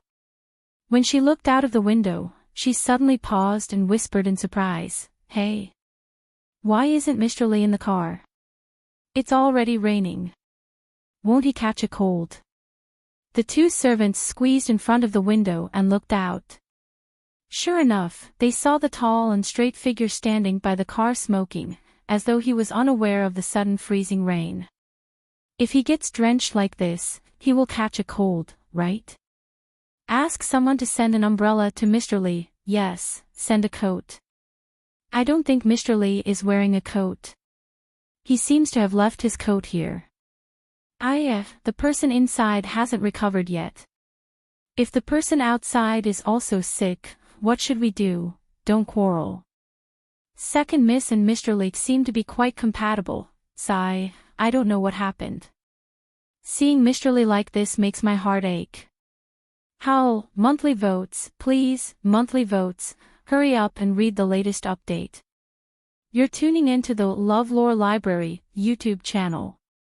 We're so grateful for your support, and don't forget to subscribe to join us on this incredible journey through captivating stories.